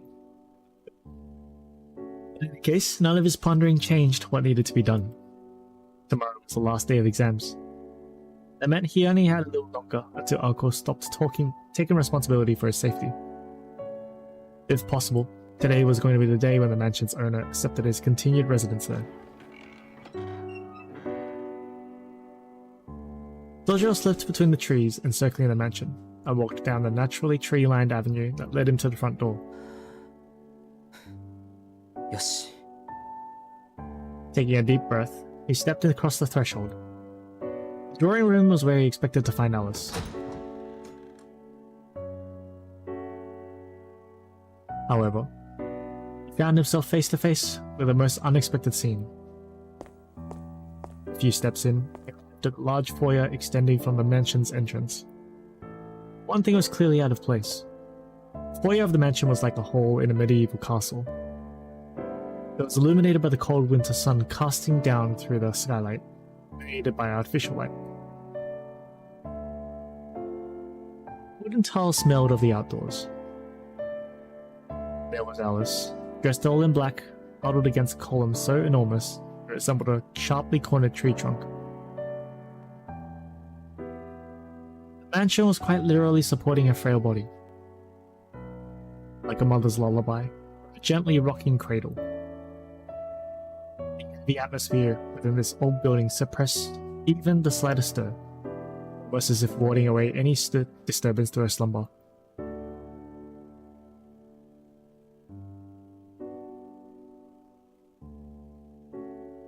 There she slept in the shadows of home. hidden away from outsiders. Her sleeping figure was enough to mesmerize anyone who laid eyes upon her. Sojiro instinctively looked up at the ceiling out of sheer awkwardness. He wanted to surprise her, but not in this way. Slender Frame lay asleep by the fireplace. The scene was as beautiful as a painting, yet hard on his heart at the same time. Slumber seemed breathless. She was too still, with not even a hint of movement. And yet, slumped against that frigid column under the cold winter sky, happiness appeared to be her blanket. Passerby would not be blamed for thinking she was in that most peaceful state of eternal slumber, death.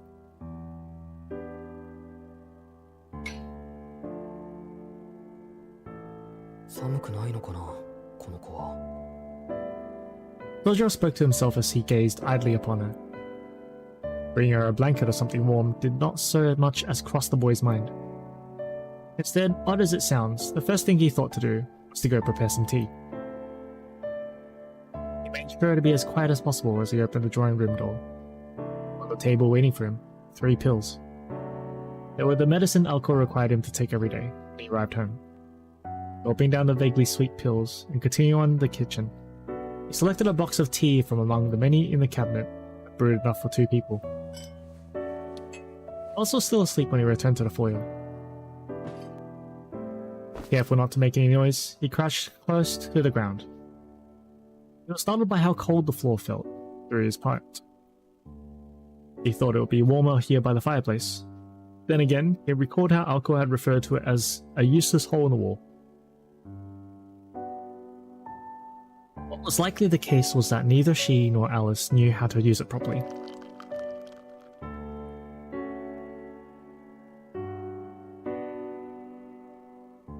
After taking the teacups from the tray and placing one in front of each of them, Sojiro carefully pulled his textbook on classical literature from a satchel.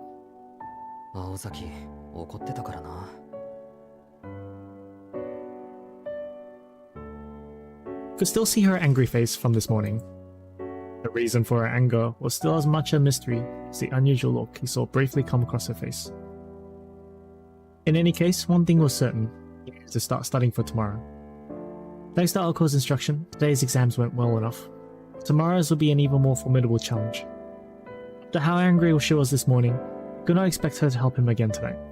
そのくせ点数悪いと怒るし、別に青崎が怒る筋合いじゃないと思う。He complained under his breath as he cracked open his textbook. He intended to spend his time in this fashion until Alice finally awoke.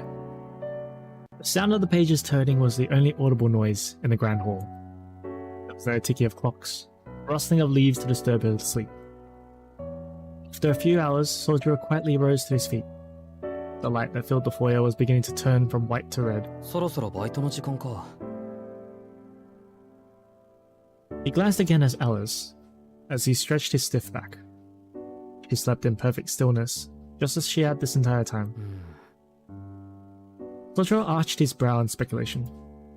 He had no idea what her normal sleeping schedule was like, so he had no idea as to whether he should wake her. いや、青崎も帰ってくるだろうし、いらぬ世話かな。As if reaching the end of a long train of thought, Sojiro gave a quick nod of his head and took his leave of the mansion. Today, work was a shift at the Chinese restaurant in Misaki's shopping district, the Mad Bear.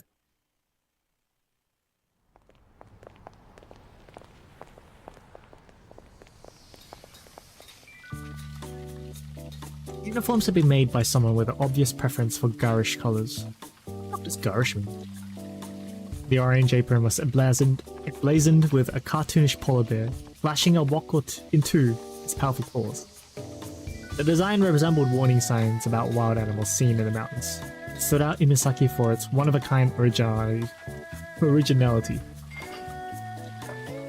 This was the Chinese restaurant, the Mad Bear. Aside from its name and logo, the restaurant was the type of cheap, hole-in-the-wall dive that could be found anywhere.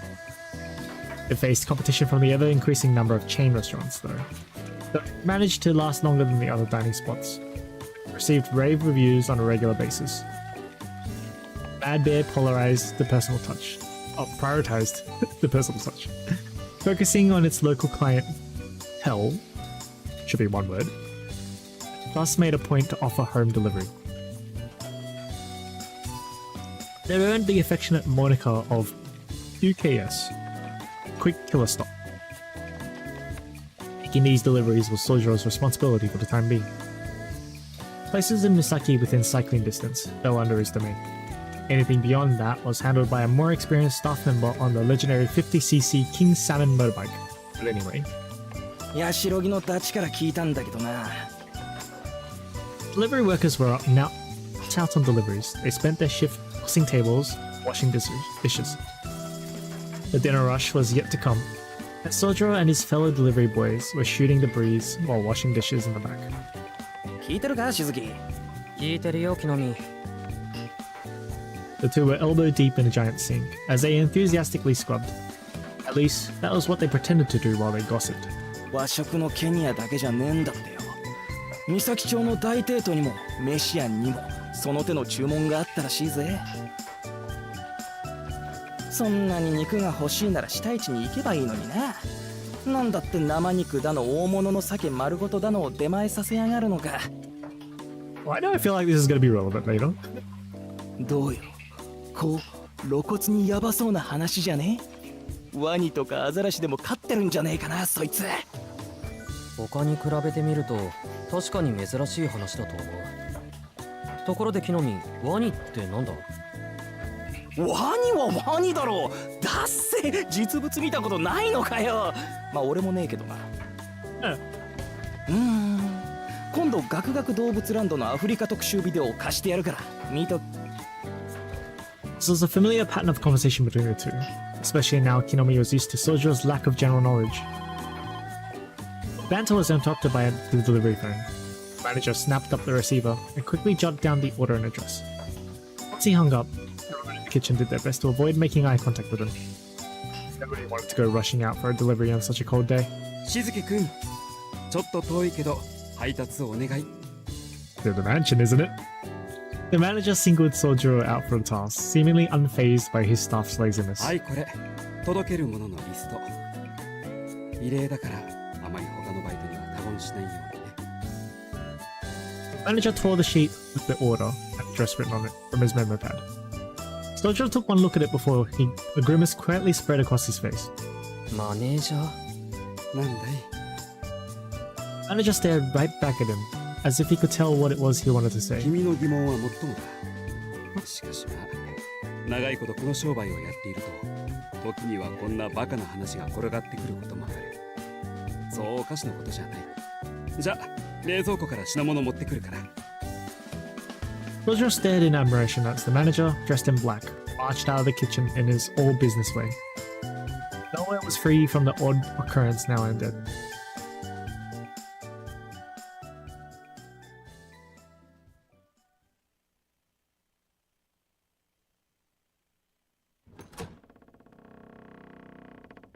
Osoi! It was after 10 at night. Sojiro had taken a small detour on his way home from work, and now faced an outraged alcohol, as expected. It wasn't, okay. Seeing her so visibly irritated made him feel a rush of relief. He did not know why she was angry, but he could tell it was a different type of anger than when he saw her earlier that morning. 遅いってまだ10時になったばかりだろう。どうしたんだ青崎。 He set down the cardboard box he had been carrying in his arms and glanced towards the fireplace. The sleeping girl was there no more. 違うわ。もう10時になったの間違いでしょ。あんたってほんと自分がどんな状態にあるか分かってないのね。いいから今に来て。 He walked briskly to the other room without pausing, leaving Sojiro standing in confusion and tilted to one side. He proceeded to pick his box back up and follow after her eagerly. He removed his coat and hung it on a hanger as he entered the living room. Apparently, today was one of the days where Alice kept herself locked away in her room. On the table were familiar pills. 説明しなかった私も悪いけど、あなたも帰ってくる時間は守ってよね。こっちはそのつもりで作ってるんだから。Uncle handed him the pills and a glass of water, with an expectant look on her face. 薬なら出かける前に飲んだけど、体の調子だって悪くないし、そんなに慌てることか？は？なんだって私たちがあんたの健康を気にかけなくちゃいけないのよ。勘違いしてるようだけど、あんたが帰ってくるたびに飲んでるのって平たく言えば毒よ。即効性じゃないから効き目は半日すると出てくるんだけど、その前に新しい毒薬を飲んでおかないと古い毒が体に回ってばったりいくって寸法ね。 Literally active poison, right? They take half a day to kick in. If you don't take more pills before that happens, the old poison will kill you. アリスのやつ、これぐらいしないと信用できないって言い張ったのよ。 As long as you keep taking them, you'll be safe. Is that it? ほら、分かったらさっさと飲む。ま、私もこれ面倒だと思うし、近いうちもっと形のある方法を考えてみるから、それまでこの方法で我慢して。言ってることは支離滅裂だが、とにかく今まで良くないものを飲んでたんだな。Lodrov took the pills from her and gulped it down. The fact it was poison gave him no pause at all. And as for his roommate's tyrannical behavior, he showed no signs of standing up to it. まったく、毒を持って毒を制するなんて、また古風な真似するな。Lodrov's face relaxed into a smile upon finding the funny side of the situation. Alco was utterly undumbfounded as to how he could be happy at a time like this. 今日帰りが遅れたのは、アパートまで荷物を取りに行っていたからなんだ。そういうことなら電話の一つでもすればよかった。荷物ってまさかそれじゃないでしょうね。 Lodrov nodded emphatically as she pointed incredulously at the cardboard box in his hand. 住んでいないのに家賃を払うのはバカらしいから、今日で引き上げてきた。一応いつでも戻れるように話はつけてあるから、3ヶ月ぐらいは大丈夫だよ。家賃？あ、そっか、そうよね。私ってばなんでそんなことを忘れてたんだろう。アリスが聞いたら喜ぶわ、そりゃ。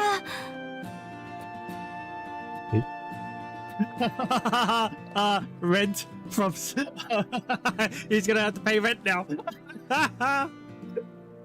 A smile blossomed across her face as they say.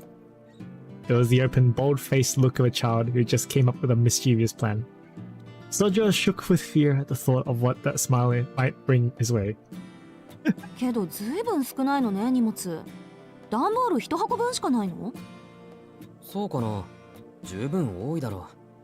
それよりアリスは自室か？ちょっと前に戻ったわ。珍しく食後もここに残ってたんだけど、待ちきれなかったみたいね。See what I mean?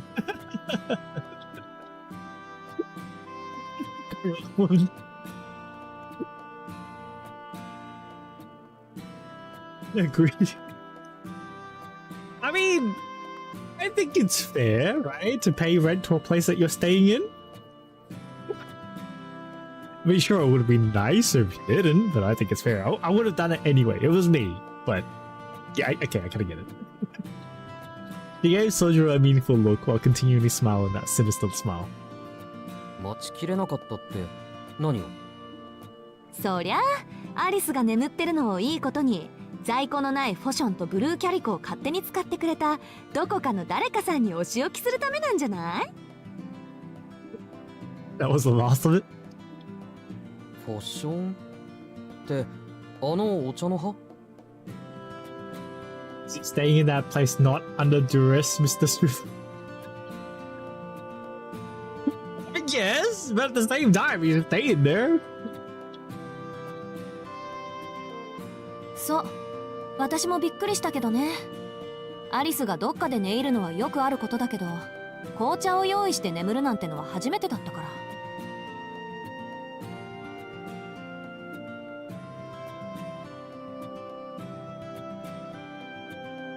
Okay. どんな心境の変化か知りたくて起こしたら、アリスの方が驚いてたわ。一体誰の仕業なんだって。Lodrov clapped his hands together as if remembering something important. He had forgotten to clean up the tea before leaving. Written from forehead to chin delighted Alco immensely. With the threat of his life against two people he can't defend, sir. Well, that's the situation he's gotten himself in.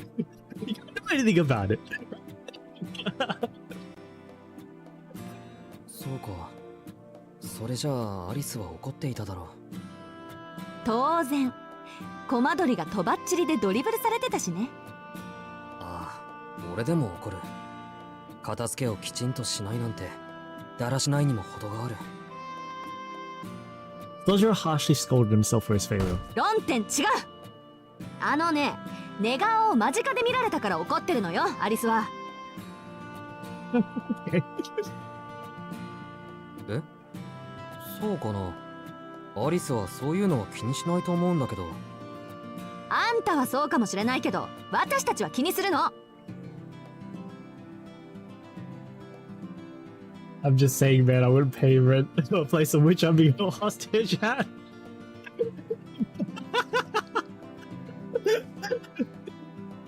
Fair point, fair point. Alka's glare was enough to make glass shatter. There was an indescribable intensity in the way she said that. それは青崎たち限定の話か？世間一般での常識よ。自分が気にしないからって他人もそうだと思ってるといつかやけどするからね。でもそれだったらロビーで寝ているアリスにだって問題ないか？見かけたら放っておけないだろう、あんなの。その心意気は立派だけど、そこはそれ。この館の持ち主は彼女だから。この洋館内であなたが出会ったあらゆる不義不始末、失敗失態の責任は宗十郎に押し付けられるの。この意味わかるAlka's question sent Soldier into a trance of deep thought, till finally he uttered. つまりここはアリスの自治領なんだな。はい、よくできました。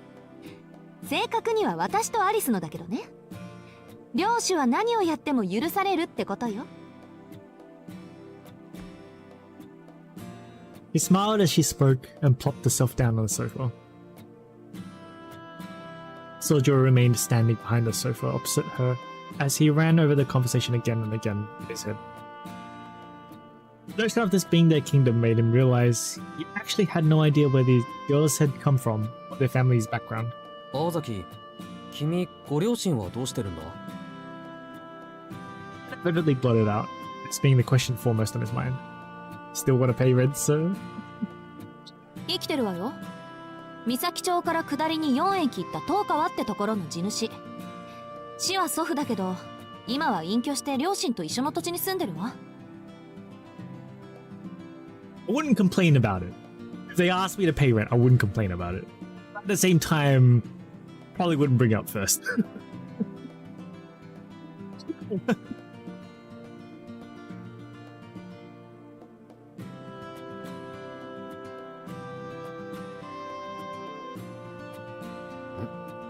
そう聞くとなんだか普通の家庭だな。Soldier had imagined something more outrageous. Family of magicians. 両親はね、父さんにはあんまり魔術回路は作られなかったみたいだから。その分私には2世代分の潜在能力があるって祖父は言ってるけど、どうだか。宗十郎の期待してるような一族はどっちかっていうとアリスの方よ。私と違って英国出身だからね、彼女。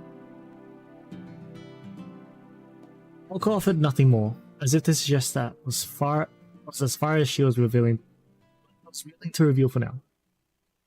Soldier had insisted on talking to Alice directly rather than hearing things secondhand, so chose not to go back on his word by pushing the topic further. ま、詳しくは本人から聞きなさい。アリスの紅茶好きもそこから来てるんだし。そういえば、なんで今日に限ってリーフティーなんか入れたの？ティーバッグを使った方がまだマシだったでしょうに。青崎がそっちの方がいいって言ったじゃないか。アリスは紅茶にうるさいって。Alka was momentarily at a loss for words. He seemed to oblivious most of the time. Apparently he was attentive to some details, at least selectively. ま、いいわ。それより明日の放課後だけど、また一人で帰ってくれない？年明けの行事があるんだけど、その場しのぎで行った餅つき大会が通っちゃってさ。明日も忙しいのよ、私。Soldier nodded in acceptance. In fact, he had already been planning to do so before she even asked. それはいいけど、体は大丈夫か、青崎。昨日から寝てないだろ夕方に3時間ちょい仮眠を取ったから調子はいいわ。そういうあんたこそ体は持つんでしょうね。もう少ししたら昨日の続き始めるわよ。He meant the all-night cramming session, of course. Needless to say, Sojiro was more than likely struggled, given that he too had not slept a wink. All he could do was give a relieved smile. He thought back to the days just after he transferred here, when she watched his every move from the sidelines and showed a startling amount of concern for him. う。いいよ。どのみち苦労するのは青崎の方だし、異例中の異例はありがたく受け取っておくとしよう。His cheery response grated on her just a little. あんた、くだらないことだけはしつこく覚えてるんだから。He heaved her shoulders in exasperation and dropped her head as an excuse to look away from the beaming smile on his face.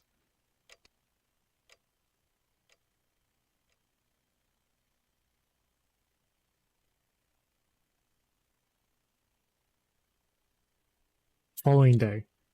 The last day of finals had ended without a hitch. That final December hurdle was finally a thing of the past. For all but one student, that is. To Sojiro, the greatest challenge was yet to come.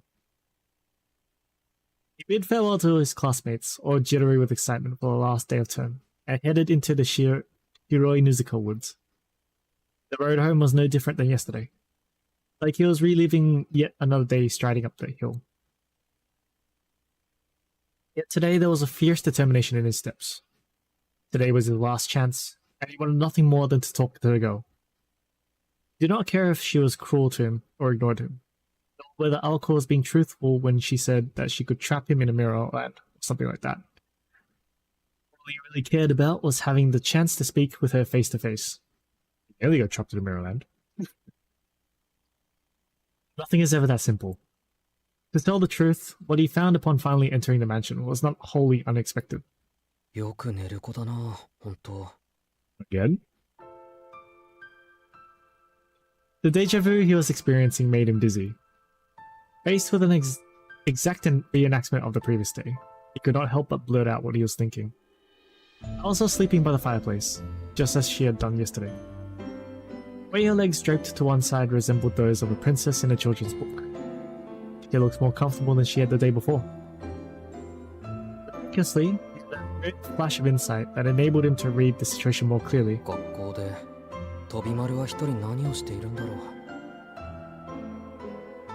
Upon glancing back at the entrance, he made his decision, took a deep breath, rolled up his sleeves. If today was a reenactment of yesterday, he supposed he would play along with that idea. Stojiro removed his shoes and headed for the kitchen. He was off to prepare another ill-fated pot of tea. Since she was angry about him using a precious Roshon, this time he turned to Jackson's fruit and herb brew. Sadly, this was about as much as Sojiro could manage to amend his behavior. He had failed to realize that it was not the brand of tea that had landed him the hot water, but his incorrect brewing method. After filling the pot with tea, he carried it back to the foyer. His breath was visible in the cold air as he sat himself down by the fireplace. Sojiro took a sip of the fruity tea he prepared for himself, pulled his textbook from his bag. Exams were over now. He had been instructed to take extra classes for the subjects from day one of school.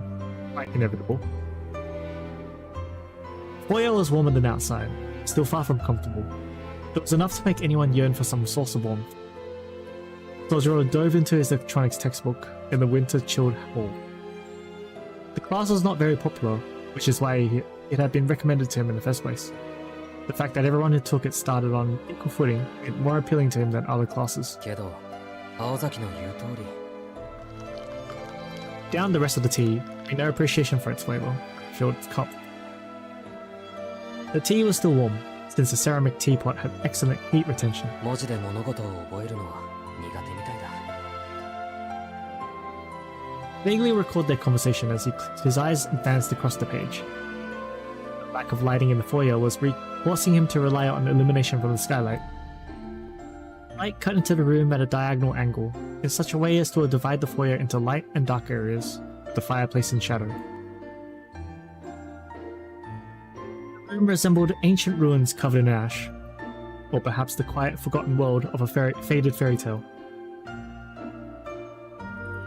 Time slipped on by within the white walls of this room, hidden away from the sun.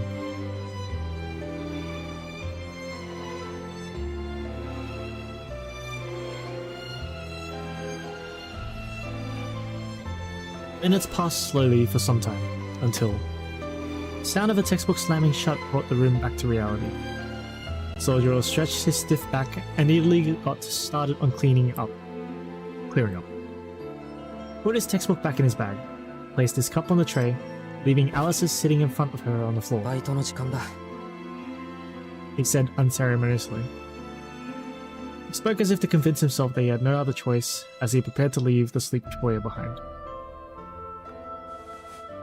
Before he could, sound behind him stopped him in his tracks.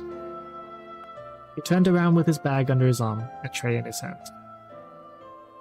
So as not to cause even a ripple in a teacup, he greeted her. Yeah. In a light, easygoing manner. She remained seated next to the fireplace like a black-eyed sleeping beauty. Her face was as still as a statue, almost no different than it had been in slumber. Looking at Alice now, he realized just how different she and Alko really were. Alko communicated her feelings openly, even if he never could quite tell where they came from. The trademark expression of irritation kept him guessing as to the reason why she was angry. To her credit, her emotional state was always clear. Alice, on the other hand, was completely unreadable. She might be angry, but then again sad. He could not tell either way. 何のつもり？ The question gave him a sinking feeling in the pit of his stomach. He could not decide whether it was animosity or perplexity he heard in her voice. If the former, this was likely to turn into a replay of their interaction from the other night. An image of the shattered bottle sprang to his mind. Sojiro knew his response would be extremely important, and after struggling for a few moments, he finally worked up the courage to say something. Just not the correct thing, unfortunately. そうだな。一口じゃ説明できないから。座るよ。 He had no idea what the correct approach would be, so he simply did whatever came to his mind instead. She gave him no response. Her face said that she detested his presence, but he plowed ahead regardless. Sojiro took a seat and sat down by the tray once more. Their eyes met. Her inscrutable gaze was enough to turn most people away. The target of her animosity appeared not to notice at all. それで？ああ。遅くなったけど、こうして話がしたかったんだ、アリスと。 Despite having suggested that it would take time to explain, he managed to sum things up succinctly. 私と？会うことではなく？ん？そうだね。青崎とはもっと話したいところだけど、それよりは3人で話してみたい。 Alice found herself out of kilter, unable to read his true intentions. Sojiro continued on, failing to notice her bewilderment. 青崎は普段からアリスとは会話がないって言うんだ。それが俺のせいなら困るし、俺のせいじゃないならもっと困る。せっかく同じ場所にいるのに会話がないなんて、もったいないと思うんだ。Each word he spoke was heavy with emotion. Alice remained utterly unable to discern the boy's intentions. All she could pass was that there was something he wanted from her. What could that be? What she found even stranger was that he was not speaking to her from a place of fear. あなたは私が怖くないの？ああ。だってそう言えるほど、俺は君をよく知らない。 Her gleaming eyes looked like they were made of polished quartz. His response had not been what she expected.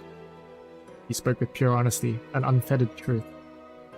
Such boldness, however, did not actually upset her. Conversation ground to a halt. If you could even call it a conversation in the first place. Alice grew tense, as if displeased by this strangely comfortable moment of silence between them. Sojiro endured her cold stare, showing no sign of flinching. 話。私と話をしたいと言ったでしょ。なら好きにしてみたら。 It's more a challenge than an invitation. He had neither a topic on hand, nor were they intimate enough to strike up a casual conversation. Nonetheless, her challenge hanged in the air, waiting for a response. It should be hung. じゃあ、あの鳥の話よ。ほら、そこにいる青い鳥。たまに見かけるんだけど、君の飼い鳥か？それとも、ほら、なんて言ったかな。プロイだっけ？あの鳥もアリスの使い魔？ Ice let slip for a moment, very natural response. It was annoyance, such as that which one might feel towards a troublemaker. あれもプロイだけど、私とは何の関係もない脱鳥。ずいぶん古くからいるだけで、私もよく知らないわ。ん？じゃあ勝手に住んでるのか？この家に。勝手になんて、私が許すはずがないでしょ。ロビンは本当に役に立たないけど、あんなのでも母から譲り受けたものだから。失敗続きでも特別に住まわせてあげてるの。そっか、安心した。ここに住むの役に立たなきゃダメってわけでもないんだね。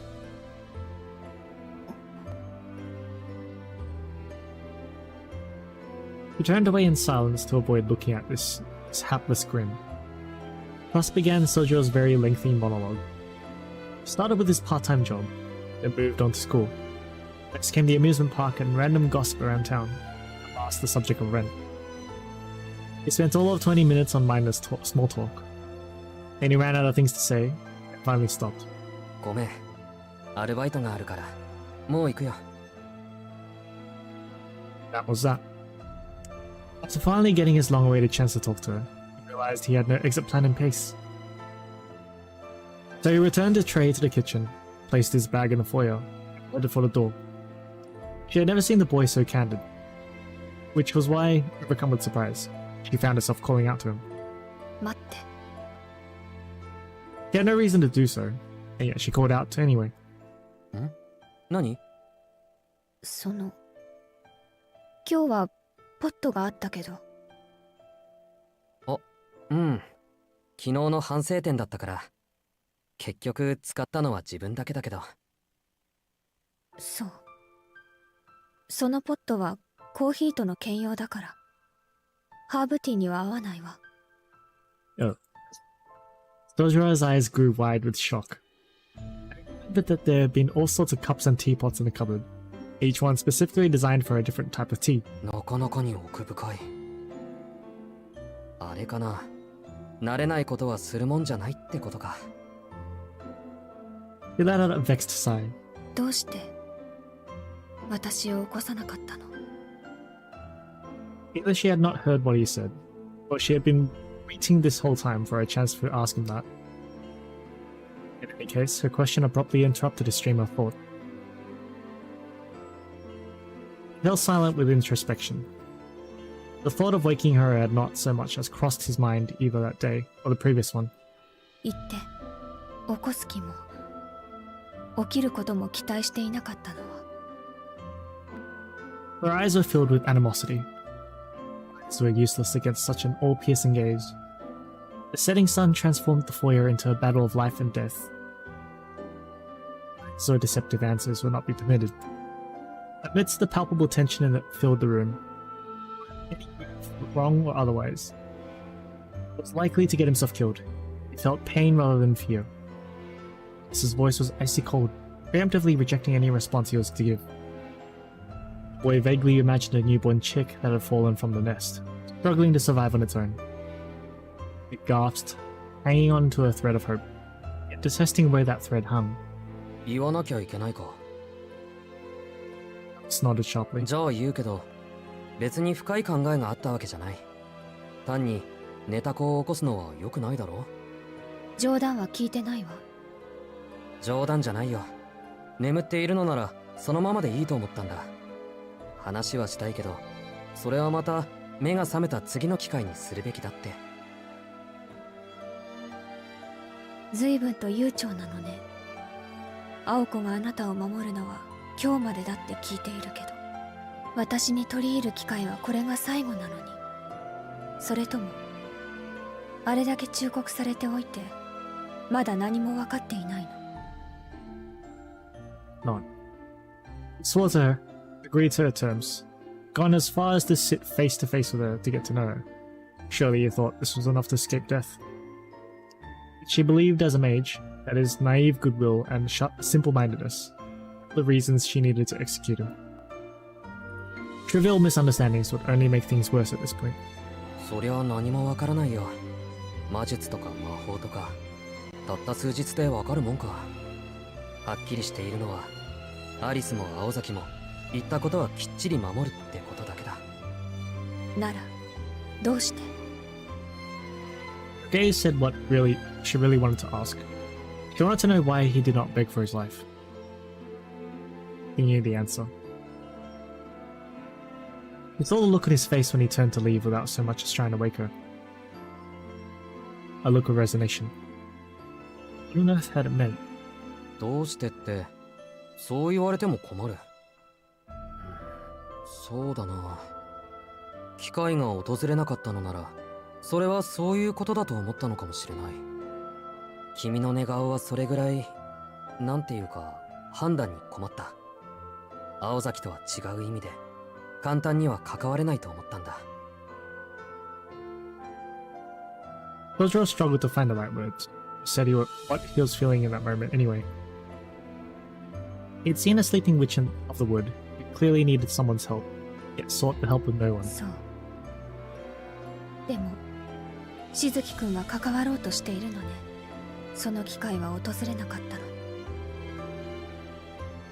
機会はやってきたよ。なんでこっちも今日ぐらいは自分の勝手にして無茶をしたくなったんだ。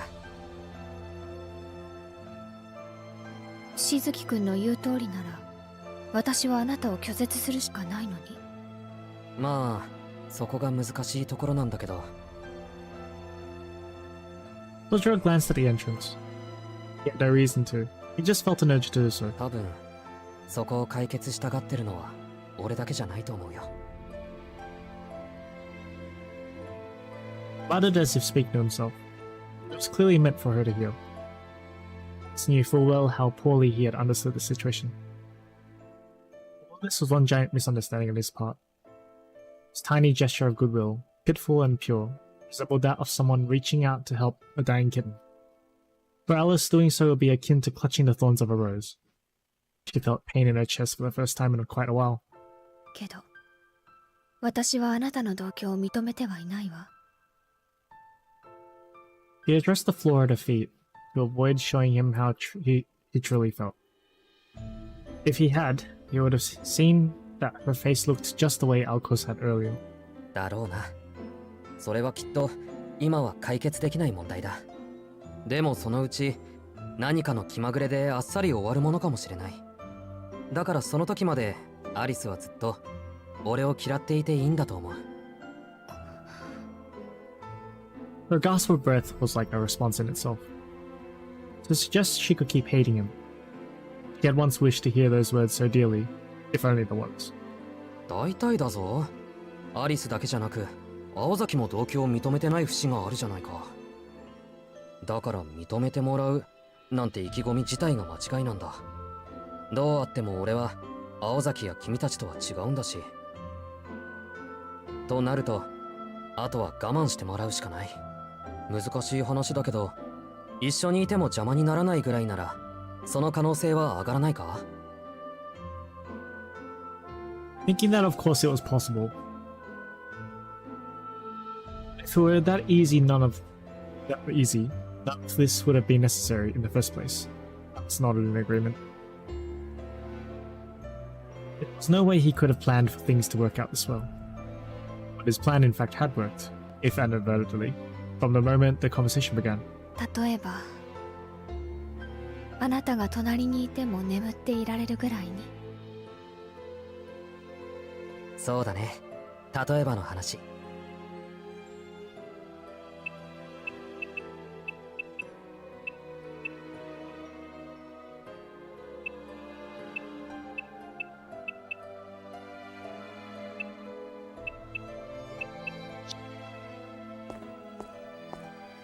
Sojiro stood up and left the foyer.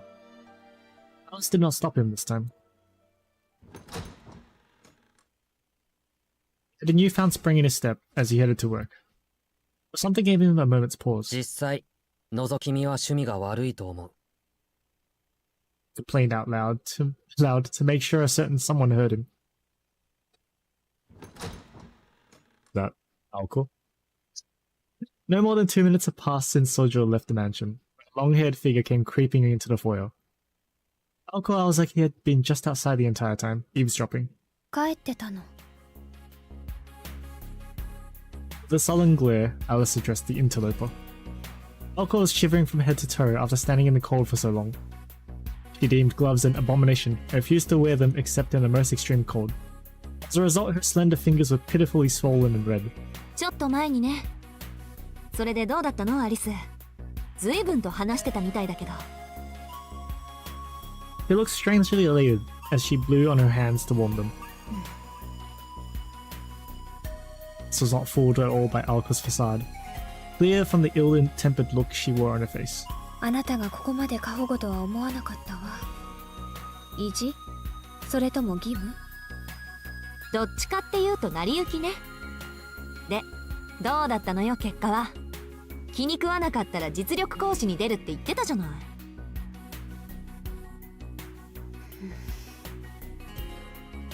Alice's mood was growing darker and darker, long as she had to look at Aoko's cheerful posturing. They all went back to their dinner together the previous night. After everything that happened in the foyer, Alice was both more suspicious of and intrigued by Sojiro than ever before. She insisted that Aoko let him walk home alone the next day. She then used the concoction to fake her slumber and recreate the same scene as the previous day. She set it up again to fake it. I see. That portion of her plan went well, but the rest had veered totally off course. It did not help to know her roommate had savoured every moment of it from the other side of the wall either. To make matters worse, Alice was frustrated at herself while letting such trivial matters bother her. She stared at the teacup still sitting on the floor. A pale finger traced its cold brim. 青子の言う通り、害にはならない人ね。あくまで今のところの話だけど。She forced a tone of indifference in order to hide her irritation with her apprentice. It was in this moment that Sojiro's fate was decided. あら、それだけ？アリスにしては長く話してたのに。Relentless, Aoko continued her line of questioning. Alice only stared back icily. 青子、あなた、隠していたわね。He voiced her displeasure at Aoko's behavior in those uncertain terms. Suddenly, the air in the foyer felt cold as ice. They stared at one another, each trying to guess the other's next move. さすがね。よくそこに気がついたもんだわ。でも、こればかりは譲れないのよ。Aoko widened her stance and glared at Alice. 何も全て奪うとは言っていないわ。そうね。あなたにも3割ぐらいは回すつもり。Completely unperturbed by Aoko's warlike posturing, a simple look was all Alice needed to keep her roommate in check. 10が3に化けちゃ、ちょっと黙ってらんないわね。高望みは命取りよ、青子。Alice remained calm and dignified, not moving a muscle. It felt like hours passed as the two stared at each other in silence. Aoko was grinding her teeth in frustration. At this rate, their alliance would be in tatters before they even confronted their foe. But worst of all, she knew Alice had the upper hand. ケチ。Yori. Aoko accepted her defeat with a tisk. 悔しいけど、アリスが6。私が4で手を打つわ。Pained her to settle for less. Alice nodded in satisfaction. そうね。家主は私だけど、彼を招いたのは青子だから。その代わり、家賃の取り立てはあなたの役割ね。It's the red. いいけど。ああ、情けない。こんなことなら錬金術でもかじっておくんだった。そうすればこんな思いをしなくても済んだのに。そうでもないわ。彼らバブルが弾けて大変だって話よ。 To think witches were stooped to daylight robbery, taxing a mountain man with multiple part-time jobs. Aren't they rich? I thought they're supposed to be rich. Or is this all just an inheritance and they don't actually have that much money? How are they surviving if they don't have money though? I don't get it. Alice spoke with the confidence of someone with first-hand experience of such matters. Alco only nodded absent-mindedly in response. The bit of fight was over how to split the take of Sojiro's rent now that he was officially going to move in. It's becoming quarrel for a pair of mages. Forcing a boy to live with them and then demanding he pay rent was beyond extortion. It's truly vicious. でもそんなセリフが出るってことはアリスもようやく認めたってことね。 Bro, these T's are so full of the very complicated names to pronounce. I don't know. They're rich, right? I don't know. Nicole was triumphantly satisfied with herself. 認めてはいないけど、公園での夜、彼を結界で捕捉しなかった責任があるから。彼と約束をした青子だけを責められないでしょ。I agree it's extortion on their end, but personally, if I'm staying at a place, I want to contribute, right? Even if I'm forced to do so, I guess, but like I would want to contribute. But at the same time, I'm not going to say anything. Like in this type of situation, I'm not going to say anything until they say it. And I'm like, oh, okay, I'm fine with contributing. Because I'm staying there. It makes sense. But from their perspective, yes, it's absolutely extortion. They fucking rich.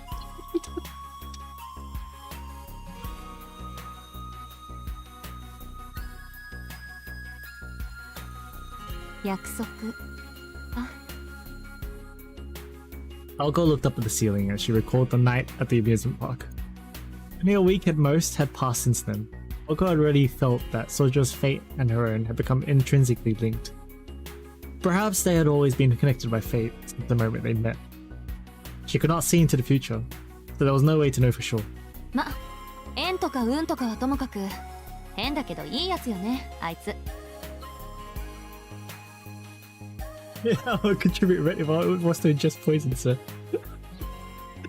Look, at this point, the poison is keeping him alive. He's gotta take it. How else is he gonna live?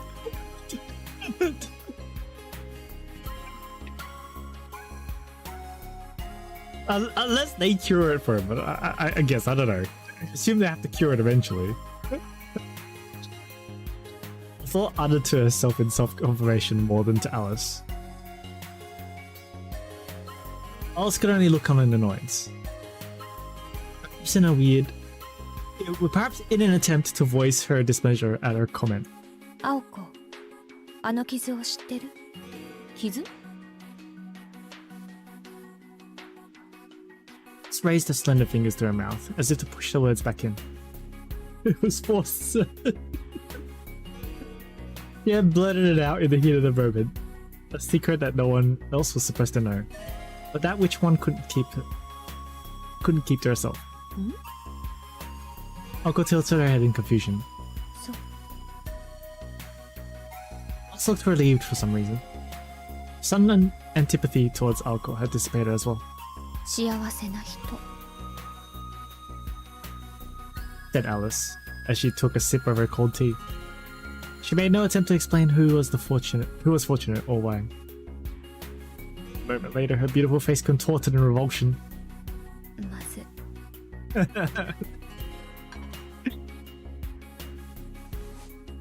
Her black dress unceremoniously scrunched up as she stood. Just one sip of the underbrewed tea sent her fleeing to the drawing room to remove the bad taste from her mouth. As soon as she was gone, Alco hesitatingly took the teacup in her own hands. It was almost certainly better left untasted. She could not help but wonder how Sojo's tea could arouse such a strong response. After one small sip, she returned it quietly to the floor. だからティーバッグにしろって言ったのに、あのバカ。expression on her face was nearly identical to that of her roommates.